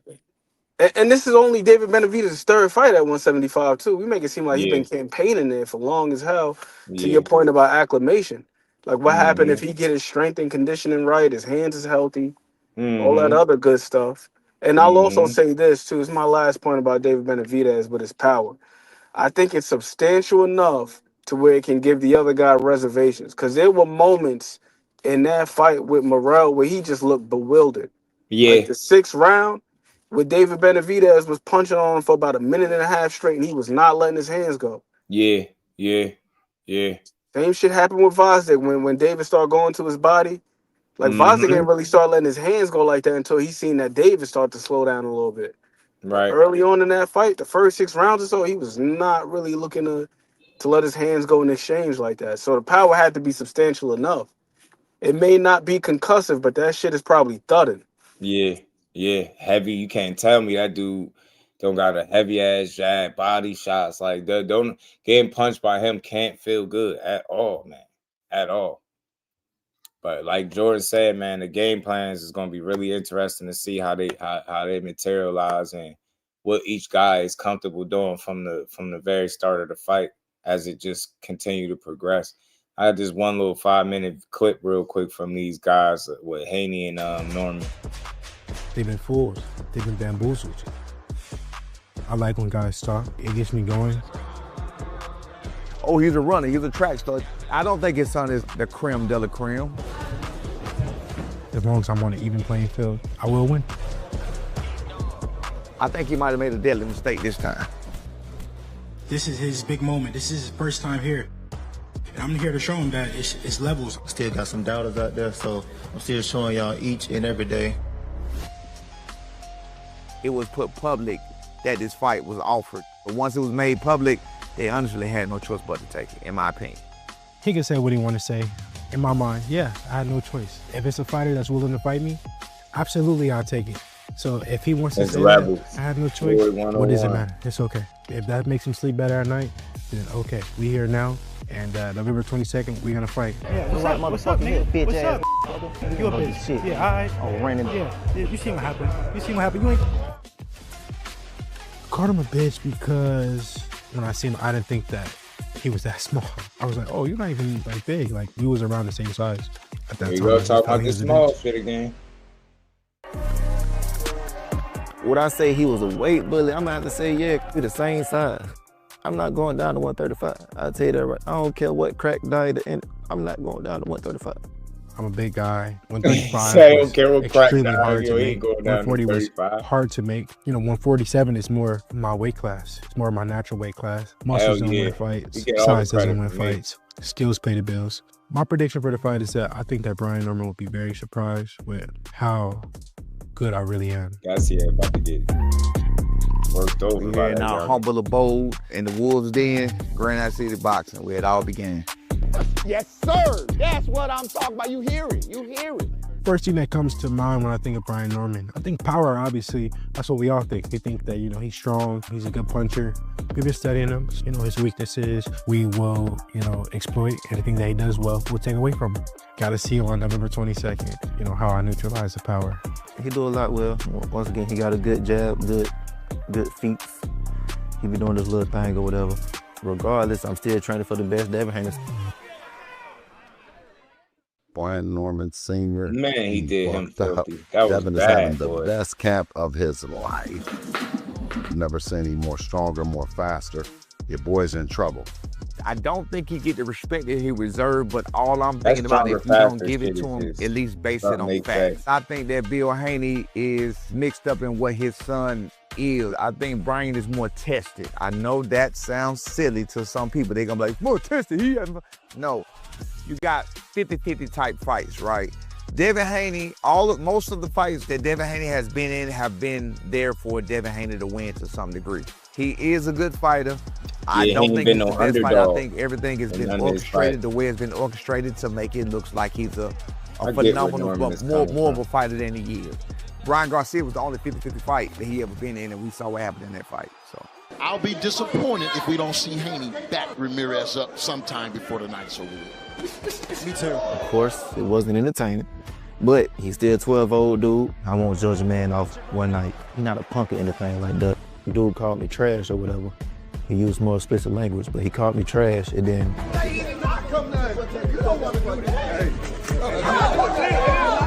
the dude jumped in. So at first I was in here puzzled. Am I getting yoked up right now? Am I tripping? His dad doing what he's supposed to do. He's promoting the fight. I like that he's promoting the fight. My dad is doing a good job promoting. Me and Brian is doing a good job of fighting. Every fighter that I call out or say that I want to fight, if they want to fight, then the fight happens. If a guy is better than me, then he can show me, and that's okay. That's just my mentality. I got a throwback fighter mentality. I'm a throwback fighter. You can look at all throwback fights. People was a whole lot more entertained. People like Mike Tyson came out with just black shorts, no socks, and some shoes. Why am I worried about the camera? Why? What the camera gonna do for me? Real work is His ass guy, he got a strong ass You look good on throne. social media, but when it's time to get tested, what you doing?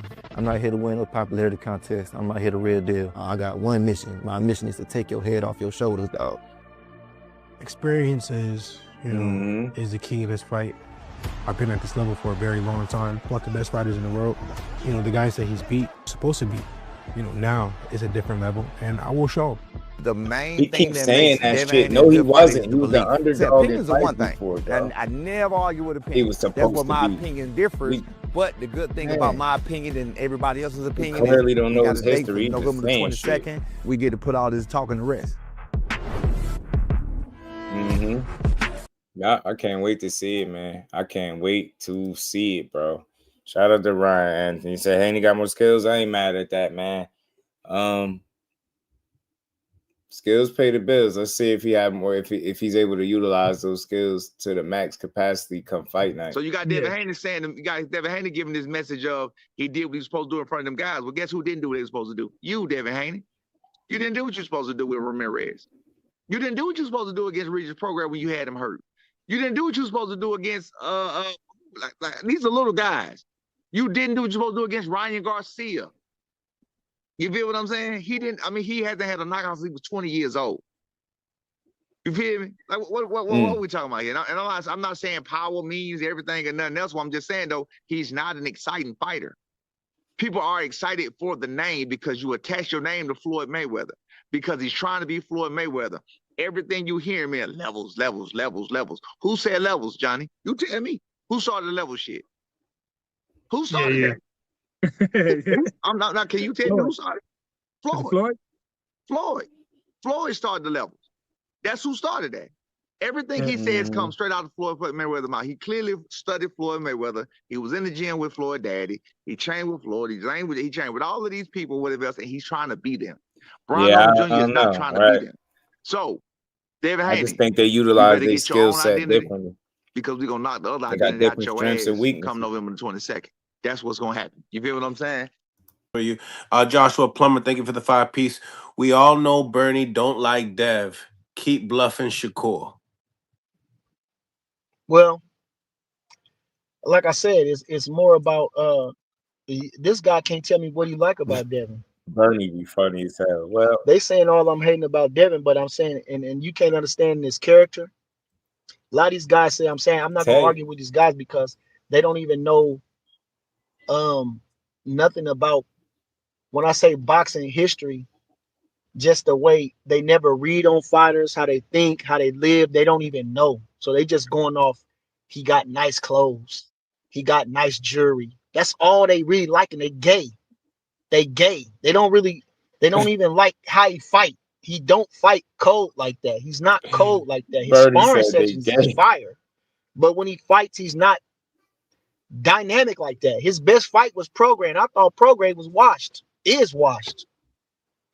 So it's not that like, and then again, there's no humility in his character. That's what they don't fail to realize, that rubs me the wrong way about Devin. It's not so much his fighting ability, it's his humility. He doesn't have that. And even with the Shane Mosley incident, like Shane said, Shane just an honest guy and a nice guy for real. Like he said, man, they tore up my house. They didn't want to pay me for my house. I mean, they did, but look how they did my house. I mean, how that's even just disrespectful to tear up the house, to be honest. Shane Mosley, a legend, a nice guy like that. Why would you have all these niggas running around his house, tearing up his house? And then y'all don't even want to pay for the house? Nobody refuted that. Shane said that, honest, clear. And Devin didn't say, oh, he making it up. He just trying to get money because he broke. And he didn't have nothing. He didn't have nothing. Bill didn't even apologize or say nothing or nothing. They never even nothing. And Shane said it straight out, like, man, they tore up my house. They didn't. Yeah, I didn't know about that situation, but as far as the boxing go, look, man, we gonna find out. Questions will be answered come November 22nd. That's for sure. They will be answered in a huge way. You know what I'm saying? And we gonna find out all who really was preparing, who really was ready, all that good stuff. Shout out to the fan, man. This Good Friday, man. Another dope build in the books. My good brother had McQueen, man. It's always been saying that for a minute though, Just. Huh? Folks been saying what Bernie said for a minute. I remember talking to Squeeze on the Rise podcast, and he was saying to me that he became a big Devin Haney fan after seeing him work in the gym. But then he was saying, like, when he fight on fight night, and this shit don't look nothing like how he fight in the gym. Yeah.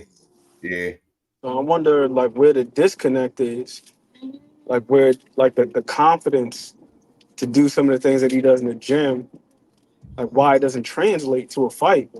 And could this be the fight where it does? Because I've also heard Sean Zattel say before that Devin Haney is one of the best fighters he's ever seen in the gym. Right. And then there was, of course, Shane Mosley saying that Devin looked phenomenal when they were working, but then he didn't do none of the stuff that they worked on versus Ramirez. Yeah. That's always going to be concerning to me. So, like, what the hell is that? Right. So where it just don't translate for whatever reason. And we've seen Dev have some good performances, but the way that these folks talk about his work in the gym is like it sounds like it's on another level to what we're seeing in the ring. And I'm not taking nothing away from him because I really enjoyed the Antonio Moran performance. I thought he was spectacular. Right. The Reed's performance was good. The Lomachenko fight, that was some good work, especially to the body. The right hand to the body was really good in that fight. And the Linares fight was pretty good too. But the way they talk about him, it sounds like he's on the level that he's always talking about in these interviews. Levels. Right. It's like, all right, like you did enough to win against Ramirez, but from the way that Shane was describing the work in the gym, I guess he left a little bit to be desired. Right. So See, I'm like, what the hell is imagine that? Brian Norman fighting Kambosos. They probably won't even make it to a second fight. No, it probably wouldn't have been no rematch. No So disrespect to tell you. George. I mean, and this is no shade to him, but it's like if Loma could stop him and Richardson Hitchens is not known for power whatsoever.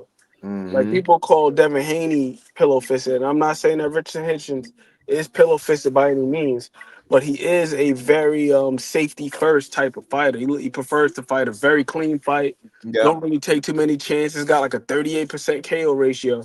So if he can find a way to stop this guy, and Devin Haney was in there with him, 24 rounds.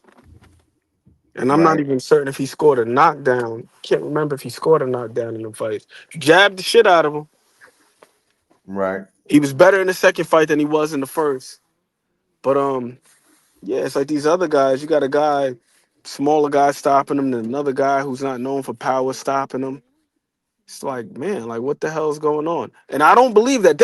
I don't believe that Devin Haney is pillow fisted by any means. I really don't.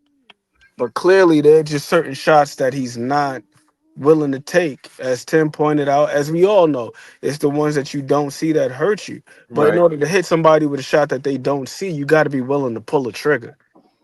It can't be just like, all right, I'm a jab and then just reset, or I'm gonna hit That's you a with a little fact, right hand though. to the body and then hold you. I think he got power. I don't think Devin is lacking that. Yeah. Maybe it's technique, I think it's committing to the part of the punches and technique stuff too. like that. Yeah, because there's a lot of times when he throws his right hand where he doesn't punch all the way through the target.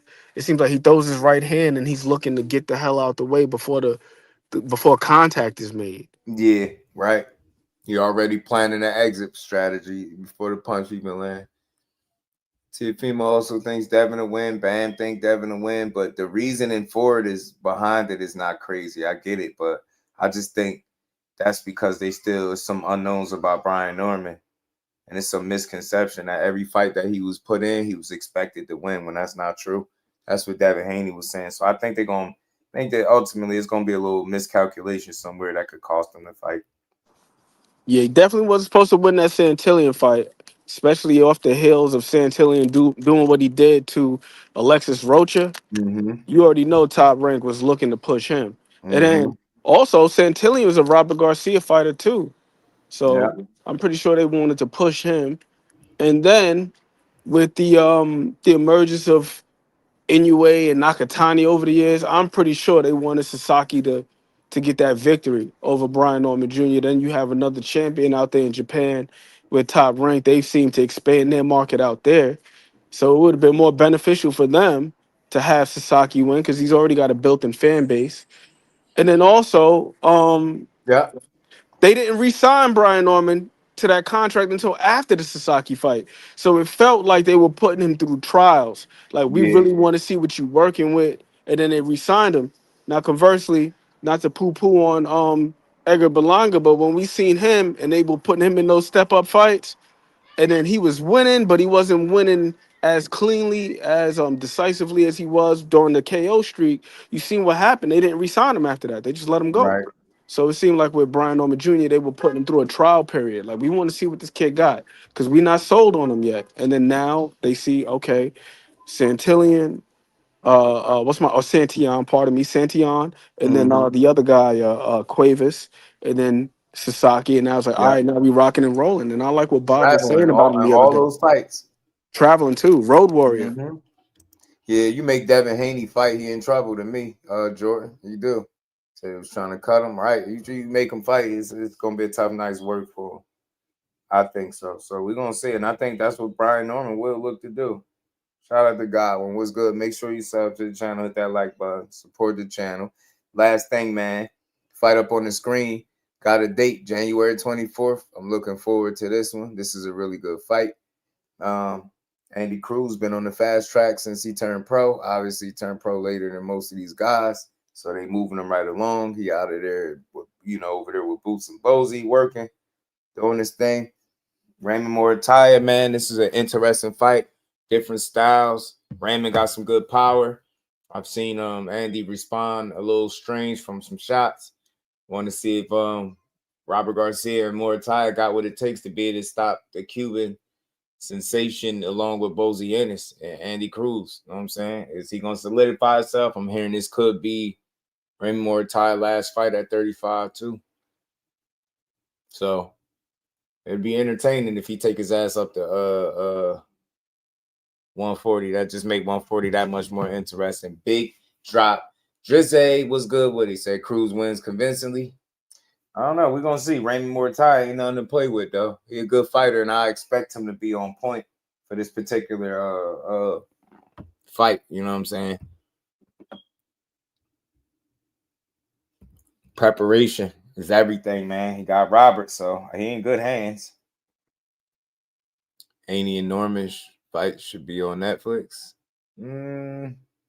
I like it on the card that's on. You got Raymond. Yeah, I'm still up in the air right this second, but I lean naturally towards Raymond. More fights. Good puncher, power, well school. Got a really good corner. Andy Cruz is a trick bag, though.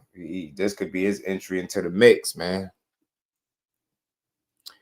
You don't think so? Emiliano's nice as shit, though, y'all. Emiliano nice. So, I don't know. January 24th, man, I look forward to this one. We're going to break it down, talk about it as it get closer. I doubt if it'd be much build-up surrounding this fight because Andy Cruz speaking Spanish and Raymond Muratalla ain't much of a trash talker. So I don't expect both of these guys to, give us too much. And one more thing I'll say, yo, before we did get out of here, I seen this. Shout out to Art Man. I seen this, and he was making it seem like maybe Brian Norman Jr. is possibly weight drained, or something, like his face skinny. I think that's an exaggeration, bro. I think it's a reach. I don't think nothing wrong with Brian Norman. He looked healthy as hell. He looked ready to go. I don't think anything is gonna be wrong come fight night, man. You live and you learn, but we'll see. If there's any, if he's a drained fighter or anything like that, we're gonna find out. But I doubt it. I just think it's something that the Haneys is pushing and the Hanos clan is pushing. Yeah, it's other sports, Chris. It's other sports, football and other shit, man. Big guys are going other places, you know what I'm saying? Big guys are going other places. And that's taken from the talent at heavyweight. You know what I'm saying? Taken from the talent at heavyweight. I got you. Shout out to Big Drop Dre, man. Ben, I got you, man. I got you. Give me 1 second.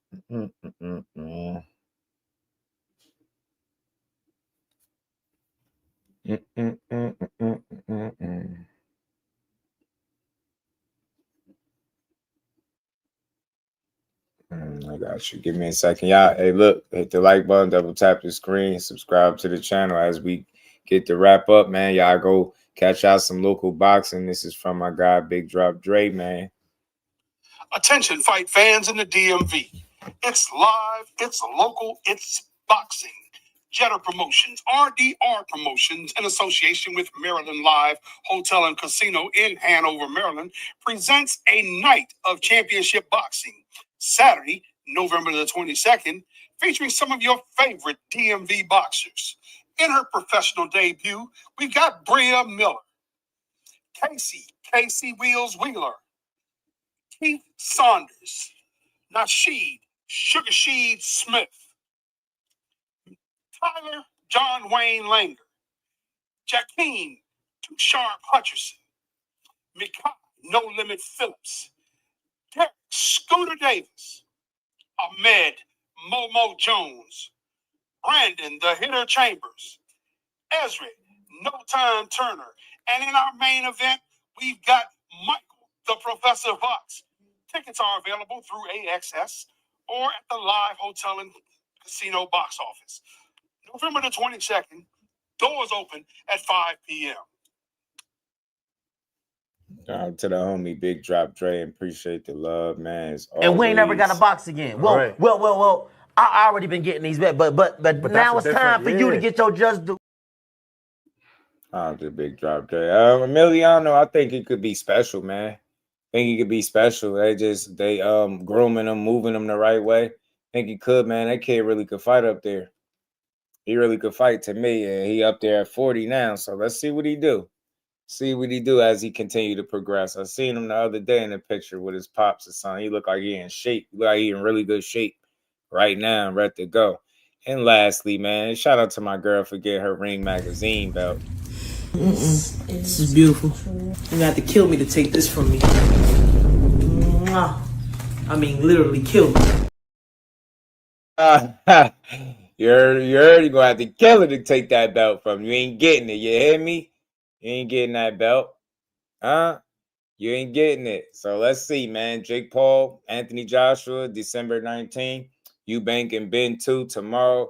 Joseph Parker was off the Cheo, facing the Benn.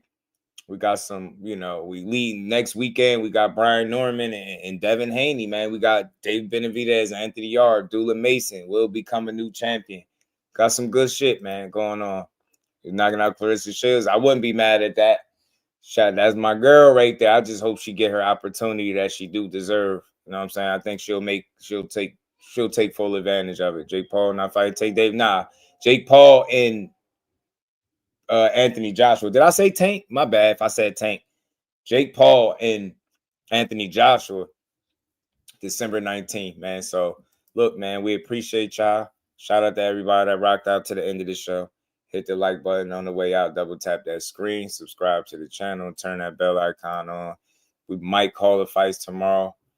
It is a solid card. I'm looking forward to at least 3 or 4 of those fights on the card all together. So seemed like a solid card to fight. So I should call it tomorrow. But we gonna build, man. I think I'm using the day before his birthday. You get me? He about to kick up, man.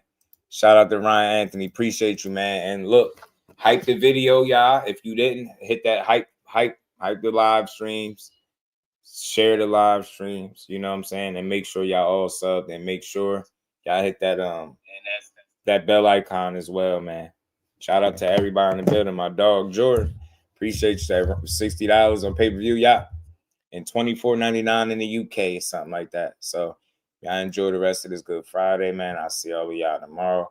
Peace to the family. Representing Brick City, Finding those levels, too. Look at that 4-punch combination. It's a masterclass right now from Shakur Stevenson. That's what you're seeing. A masterclass. And Shakur meeting them with straight left hand. Oh, there's a knockdown scored with the left hand.